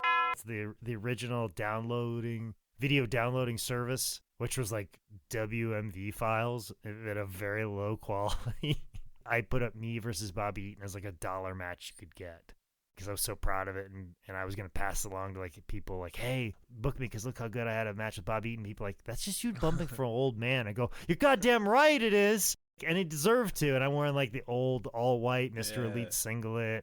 And it's on my DVD set. It's like the first match on my DVD set. And I haven't seen it in years, but like, God, I fucking love it so much. I think if you told 13-year-old or 14-year-old Jake Manning watching WCW Saturday Night, watching the Blue Bloods, trying to explain to him like, hey, you're going to wrestle this guy in like 10 years, I would blow his fucking mind. Like, you wouldn't be able to wrap his fucking head around. Are you fucking serious? I get to wrestle Bobby Eaton? Just as a blue blood. I don't even know anything about Midnight Express. Like, I knew nothing of Midnight Express at the time. And yeah, that was such a cool moment. He was so cool, and he was always so cool, like on the indies. I got to be on a lot of shows with him, a lot of Stan Lee shows in Southwest Virginia. I got to be on a lot of like those legend shows. Like, especially as they started to taper off, they couldn't afford Rock and Roll Midnight anymore, but they could afford Ricky versus Bobby. And Bobby and Ricky would always ride together, and they were like an old married couple. It was so fucking funny to be around. Like, those two would just fuck with each other. Like, Ricky is just a mile a fucking minute, and Bobby's just like, oh, dang on, man. Do what you want to do. Okay, whatever you want to do. And Ricky's like, God damn it, boy, we got to get to Knoxville, Tennessee before 6 a.m. I got shit I got to do, baby. Like, he just on all fucking out. And I remember one time, it was like me and Charlie Dreamer, and we picked up Bobby in Charlotte, and we had to do a ring rental for a show in Myrtle Beach. And Bobby hopped in with us with the ring. We stayed in Myrtle Beach, and then we were going to set up the ring the next day and then do the show. Or we could set up the ring a day early. They wanted the ring set up a day early, so we're like, all right, well, this is what it is if you want it a day early. And so we set it up a day early. We left the ring trailer there, and then Ricky swung by and picked us up, and it was me and Charlie Dreamer, Ricky Morton, and Bobby Eaton just hanging out for this entire fucking weekend. Like, we went out to dinner together, we hung out together, and of course Ricky's driving this fucking piece of shit Cutlass Supreme or fucking piece of shit car, and he goes, this is my road car, I got my Mustang at home. And Bobby the whole time's like, quit your line. Like, the whole time Bobby's like, quit your fucking line, Ricky. And then Bobby told me this story one time, and it's not a funny story, but the way Bobby tells it, so I'm gonna try and do it in Bobby's voice, because he was like talking about how it's like, goddamn, Ricky all gotta lie all the time. Remember one time we're in a hotel and I'm watching TV, and Ricky comes back to the gas station, and he come walking in, and he's like, boy, there are 5,000 cats outside. And fucking Bobby had been on like a 3-day loop with him, and Bobby's like, God damn it, Ricky, I'm sick of your goddamn shit. I'm sick of you fucking lying all the time. I'm sick of you exaggerating everything all the fucking time. Fucking ain't no 5,000 cats out there. Fuck you. You know what I'm saying? I'm sick of this shit. I'm gonna go to gas station and get some of you. I can't deal with your ass right now. And Bobby's like, walked outside. There's 5,000 cats. It was so fucking, like, only Bobby Eaton could make that story funny. And they would wrestle each other, and if it was a good crowd, they'd really go for it. I mean, Bobby was still taking hurricanranas from Ricky. You always knew when it was like a big crowd, Ricky would do a hurricanrana, and Bobby would be right there for him. And this is like 2007, 2008. Bobby Eaton still taking hurricanranas from Ricky Morton. I mean, I had the pleasure of being around that so many times, and there were so many like Stan Lee shows and up in the mountains we do, and we kind of like Stan kind of booked us with the understanding we would help with the ring a little bit, but at the same time too, we weren't getting paid a whole heck of a lot, and it's just like come on, man. Like, and his ring was like all wood and was heavy as shit. We fucking hated it. We always had to drive 4 hours there and then 4 hours back. And it's like, I know we're fucking young kids, but can we not set up the fucking ring? And then, like, there was one show where, like, me, Dax Hardwood, Charlie Dreamer, I think even Mike Lee, and maybe Bobby Houston or Chris Guerrero, and we were all there, and we were like, yeah, we're going to fucking duck out early and go to the hotel, because it's like the shows were like an hour and a half apart, and we're going to see Stan the next day, and we're like, because we were kind of fed up with getting $40 and fucking being required to set up and tear down the ring, and we're just going to peace out. And right as we're about ready to leave, we saw fucking Bobby Eaton carrying a fucking board from the ring out, and all of us just looked at each other and like, yeah, we've got to tear down this ring because Bobby's fucking tearing down this ring. We can't leave Stan and like 2 other people to fucking tear down this ring with Bobby fucking Eaton. And we all kind of were like, maybe we are kind of being a little big-headed here. If Bobby Eaton can tear down this fucking ring, we can fucking tear down this ring. And there's enough of us that if we all just chip in, it'll go a lot faster. And we did. We had it down in mere seconds, and we were there early to set it up because we didn't want Bobby to touch it. Like, we just didn't want him to fucking be bothered with it. So, you know, I always think about that, like Bobby tearing down a ring, you know, because he was probably riding with Stan, who had the ring, and he goes, well, sooner we get this down, sooner we get out of here. Like, that's just how his mind was. He wasn't like, all right, well, let me know when you get the ring down. His mind didn't work like that. It just didn't fucking work like that. Because he's too fucking nice. Just too fucking nice. And I know he tried to train people at OVW, but he clearly wanted to wrestle. Like, and I remember him making Smoky Mountain, all these other places. Like, I remember taking a seminar with Chris Candido, and Chris Candido saying the person he learned the most from was Bobby. He could never understand a word he was saying. And it was like, like, it was like kind of like Boomhauer, but the guy, he always talked about how he was brilliant. Like, Bobby actually trained Mike Lee to wrestle, who used to work with me at my place of former employment. And Bobby didn't have a ring to train Mike Lee in, but he took his money anyways and just had him like lock up with him at like mats at the Harris YMCA and tried to teach him how to chain wrestle the best he could, get him to a show, but he really wasn't getting much training. And then he kind of like went to George, like, hey George, can you train my boy Mike? You know, but you know, technically my friend Mike Lee is trained by Bobby Eaton. And actually, believe it or not, when Bobby lived in Charlotte, he actually was a bouncer at the club that used to be by the now Spectrum Center. I believe it was called the Breakfast Club. Oh, yeah. Like, Bobby Eaton was a bouncer there during like the, you know, mid 2000s there. He was a bouncer. So if you went to the Breakfast Club after a fucking Bobcats game, chances are Bobby Eaton was probably checking your ID. So keep that in mind. But yeah, Bobby, I have so many great fucking stories. Like, I remember one time Jeff Tankersley ran a show in Kingsport and put Bobby in charge of running the show, which you don't put a responsibility like that on Bobby. And he just was clearly like everybody was going to him and they weren't happy with the spot they had. And that's why Jeff put Bobby in charge of it, because he knew nobody would yell at Bobby. He'd be like, here's the card, Bobby, make sure it happens. And Bobby's like all fucking nervous about it and shit. And like, we were told that we were going to have a match, but we ended up being in a battle royal, which I fucking hated. And that happened so many fucking times early in my career. Like, yeah, we'll get you a match. And they put us in a fucking battle royal. Fucking hated that. And I was trying to go to Bobby and try and talk us out of the battle royal and give us like a tag match. Like, even if it's just like 5 to 8 minutes, but he was all fucking nervous because everybody was coming at him, and then I just couldn't do it to Bobby anymore. I'm like, Bobby, we're fine with the battle royal. Don't worry, we're okay. And I remember that was also the same show that Medusa was on, and Medusa wanted to fuck with Bobby. So she like kind of got Bobby in a corner and kind of did this like seductive dance with him in the corner, and Bobby was like extremely uncomfortable while this was happening, because he's like, dang on, man, this is a private moment. This is in a wrestling ring. Dang on, there's people everywhere. And then fucking you get to the back, and Jeff Tanker's like, how'd you like that, Bobby? Like, what Medusa was doing. And fucking Bobby, that's fucking line. I'm going to start using this in about 10 years. And Bobby was like, oh, dang on, man. When she started putting that leg up, sawdust everywhere. Meaning his ejaculate was so dry, it was sawdust.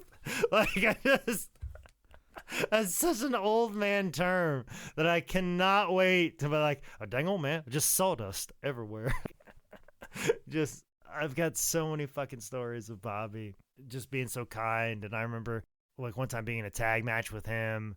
I'm like, are you ready, Bobby? Like, just kind of joking around. You ready to do this? And Bobby's like, hang on, be ready to put your wings on. Like, and just walk away. Like, wouldn't talk about the match at all. Just be like, better put your wings on. Like, just walk away. And he was always just a pleasure to be around.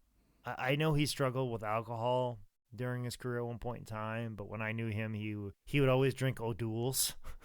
I remember one time on a road trip, he was like, hey, stop on this gas station. I'm going to get something to drink. And he got like a pack of O'Doul's. So he's like sitting in the back of the van drinking O'Doul's all the way back home. And I'm like, I don't know if this is an open container or not, but this is non-alcoholic, so I think it's fine. So sure. And it's Bobby Eaton. I'm not going to tell him no. He can do what he wants. And he was so kind to me when he didn't have to be. I wrestled him a couple times. I think the first time's the best time. The second time wasn't as good. I think he was going through some health problems, and when he couldn't wrestle anymore, it was kind of tough. But he had some people that really kind of took care of him later in life and brought him to appearances. And I'd see him a couple times, and he'd be a little rough, and it would kind of break my heart. Like, I think the second to last time I saw him, he was really not in good condition and didn't seem like kind of all there mentally. And I was really concerned we were going to lose him shortly after that. But then, like, I saw him right before the world shut down. Like, it was the weekend just before everything shut down. It was like my last weekend on the road before I had nothing. And I saw him, and he was really sharp, in really good condition, and doing very well. And I was just so happy to see him. And he was there doing a show for Brad Thomas, who was a guy that drove Bobby around. Because Bobby didn't drive later in life. And that was the thing, too. Like, Ricky drove everywhere, so Bobby was always at the mercy of getting rides from Ricky Morton, Brad Thomas, me and Charlie Dreamer. He would just get dropped off at the spot's office and just hop in a car with us. And also his son, Dylan, like, trained at our school as well, too. And he was very active. Like, at one point in time, we had Reed Flair, Dylan Eaton, and Richie Steamboat training in the back at our training school, and at one point in time you would have Bob Eaton and Ricky Steamboat in the back just watching their sons training and just letting George do his thing and just be like, whatever George says, do it. So when you're in the ring too with all that going on, you're like, well, whatever George says has got to be right. If this guy right here is like, no, George is right, do whatever he says, and just hanging back. Every once in a while Ricky would get up out of nowhere and, like, arm drag somebody just to prove he could. Every once in a while, Bobby would, like, say something. That was a really cool moment, too, like, where you had Dylan Eaton training, and then Bobby was around. Like, there's a time there, I think in, like, 2009, where I didn't go a week without seeing Bobby Eaton. And every once in a while, I'd give him a call out of the blue in, like, 2010, 2011, when it had kind of been a while, when his, like, health was kind of getting to him a little bit and he couldn't get out and wrestle as much anymore. Like, I'd give him a call out of the blue, like, hey Bob, how you doing? Hope you're doing well. Or if I knew there was a show he had an autograph appearance on, I'd try to find my way onto the show, make sure I was there, give him a big old hug. God, he gave me a hug every time. I can't tell you the warmth that I felt every time I hugged Bobby Eaton. Like, it was just a softness and a kindness that it was just so rare to meet in professional wrestling. I think the only thing close is getting a handshake from Jerry Lynn. Like, I think that's the only thing that even compares to it. Which, as I talked about, there's a lot of darkness in pro wrestling. So when you see somebody with so much light, it's amazing. And I wasn't making a lot of money. I wasn't doing a good job of making a name for myself. But I will never trade those middle years of my wrestling career for anything, because I got to spend so much time with Bobby Eaton. He was just the absolute best. And I'm sure there's dozens of stories that I forgot, but those are the ones that really stick out to me, and I really want the world to know of, like, my time with him when he was on the indies there. And it was great to have that last little show with him before the world closed down. It was great.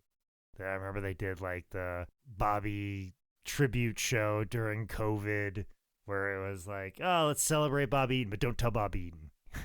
and they had all kinds of people show up. I think Regal was there and a multitude of people there. But of course, it was during COVID, so a lot of people just bought tickets and didn't show up because they knew the money was going to Bobby. And, because it was just something to do for Bobby, to celebrate Bobby. And he was so loved and respected. And just anytime you bring up Bobby Eaton's name, like, people smile. Not only smile because he was a great person, because, gosh, he was one of the best ever. Hands down. And I got to see a little glimpse of it, and it made my career better. It was during the twilight of his career, but and I had just a couple matches with him, but just being around in his atmosphere made my career better.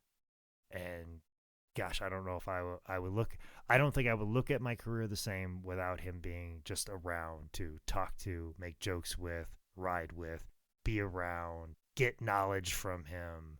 And when somebody gave me the compliment that my punches look like Bobby Eaton, fuck, I could just retire right now. Because that's who I've wanted to be. A couple kind of big dates for Bobby. The Midnight Express would have their last match with Dennis Condrey in 2011. And then October 23rd, 2015, he would wrestle his last match ever against Ricky Morton, of course, doing the job. So, towards the end, Bobby's health started to go a little bit. In 2013, he had to have a pacemaker put in. 2021, his wife passed away, which is, fucking brutally sad. And then on July 24th, 2021, Bobby had a fall at his home. On August 4th, 2021, just a month after his wife's death, Eaton passed away at his home in Nashville, Tennessee, in his sleep at the age of 62. So from here, let's just do final thoughts on the great Bobby Eaton. I think Bobby Eaton is probably, like Jake was saying, a very underrated wrestler that isn't going to get the credit he deserves. So it's fantastic to be able to go back and watch some of these moments and things like that, but also hear about Jake's personal stories with him also to get a fuller view of who he was as a person. We've covered some real pieces of shit on this podcast, and goddamn if Bobby Eaton doesn't almost make up for all of them. The fact that he could do fucking 4 decades in this industry and still come out this jolly, happy, pure guy, it blows my fucking mind. You hear all the stories of how nice he was, carrying an extra bag with him full of toiletries just in case one of the guys forgot a toothbrush. As far as being a high flyer, a smaller guy, he was just an absolute game changer. So effortless in the ring. And he's just another one of those guys that laid the foundation for the style of pro wrestling that's here today. This whole thing, the whole industry is just a little different without Bobby in it. And man, I hope he's remembered forever in and out of the ring. Great guy.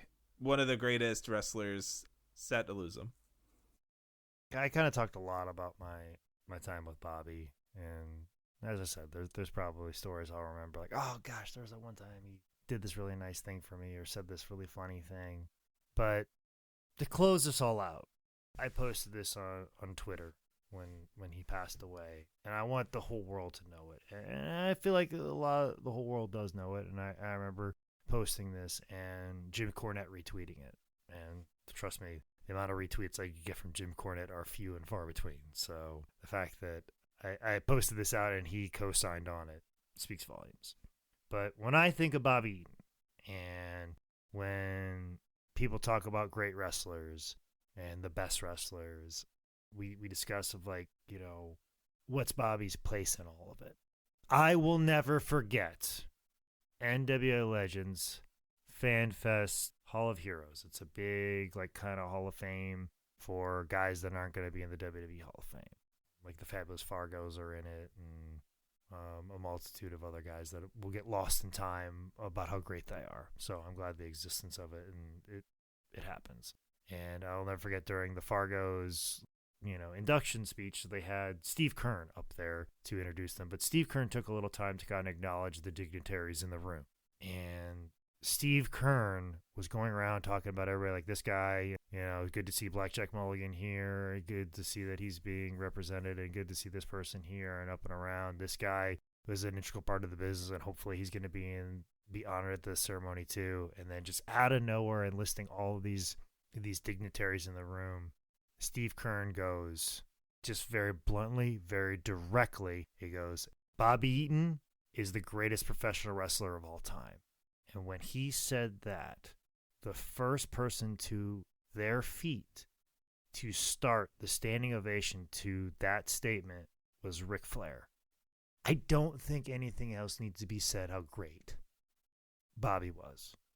If a guy who is recognized as one of the best ever, when you talk about, I'm in pro wrestling, you guys know Ric Flair, like the most recognized professional wrestler of all time, stands to his feet immediately to give a standing ovation, and the rest of the room gets up and claps at that just simple statement, Bobby Eaton is the greatest professional wrestler of all time. I don't know much you can say. And you also have to look at how Bobby reacted to that. He just sat and just kind of waved, just told everybody thank you very politely.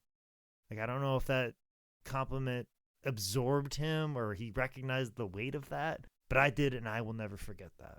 And anytime Bobby Eaton's name will come up, I will always tell that story, and I will always sing his praises. I will always go out of my way to talk about how great he is because of how great he was as a wrestler. And I will always have time in my life, no matter how busy I am, to talk about how nice of a person he was. Gosh, if I could just be 1/100th of that when it's all said and done, I would have felt like I did something. All right, that is Bobby Eaton. Let's see here. Thank you, everyone, for donating to our Patreon. Yes, thank you for that. I would have to say, I'm going to be real honest, guys. I think our Patreon is better than the last time we had a Patreon. I feel like we've been putting out some really good stuff. So, guys, give some money to it. We got some good stuff over there. I think we got some really clever and fun stuff. And it also kind of helps keep this going. It pays the bills, keeps us going, and it all goes right back into the pot. So please, please, please, Patreon. It really helps. If nothing else, leave a review. Leave a review on all the platforms. And for fuck's sake, stop internet bullying, Tyler. No, I can take it. All right. All right. I'm being raised like, an old school wrestler. I can take the heat. I can do it, guys. It's okay. I'm fine. But while I do have the mic for a second, I do want to remind everybody that we are on the lookout for your saddest Mark stories. We have the email over at wrestlingmarkmail@gmail.com, and we want to hear some of your markiest Mark stories. Maybe we'll read them on a special Patreon episode. We might read them on a main one. Who knows? But send those over there. All right. Aside from that, follow us on social media. Come say hello. Fuck, are we going to do a thing at GalaxyCon? I don't know yet. I haven't reached out to the guy. Well, bleep that out. So all right, so no one has interested. expectations. Okay. All right, well, I don't know. Fucking bye.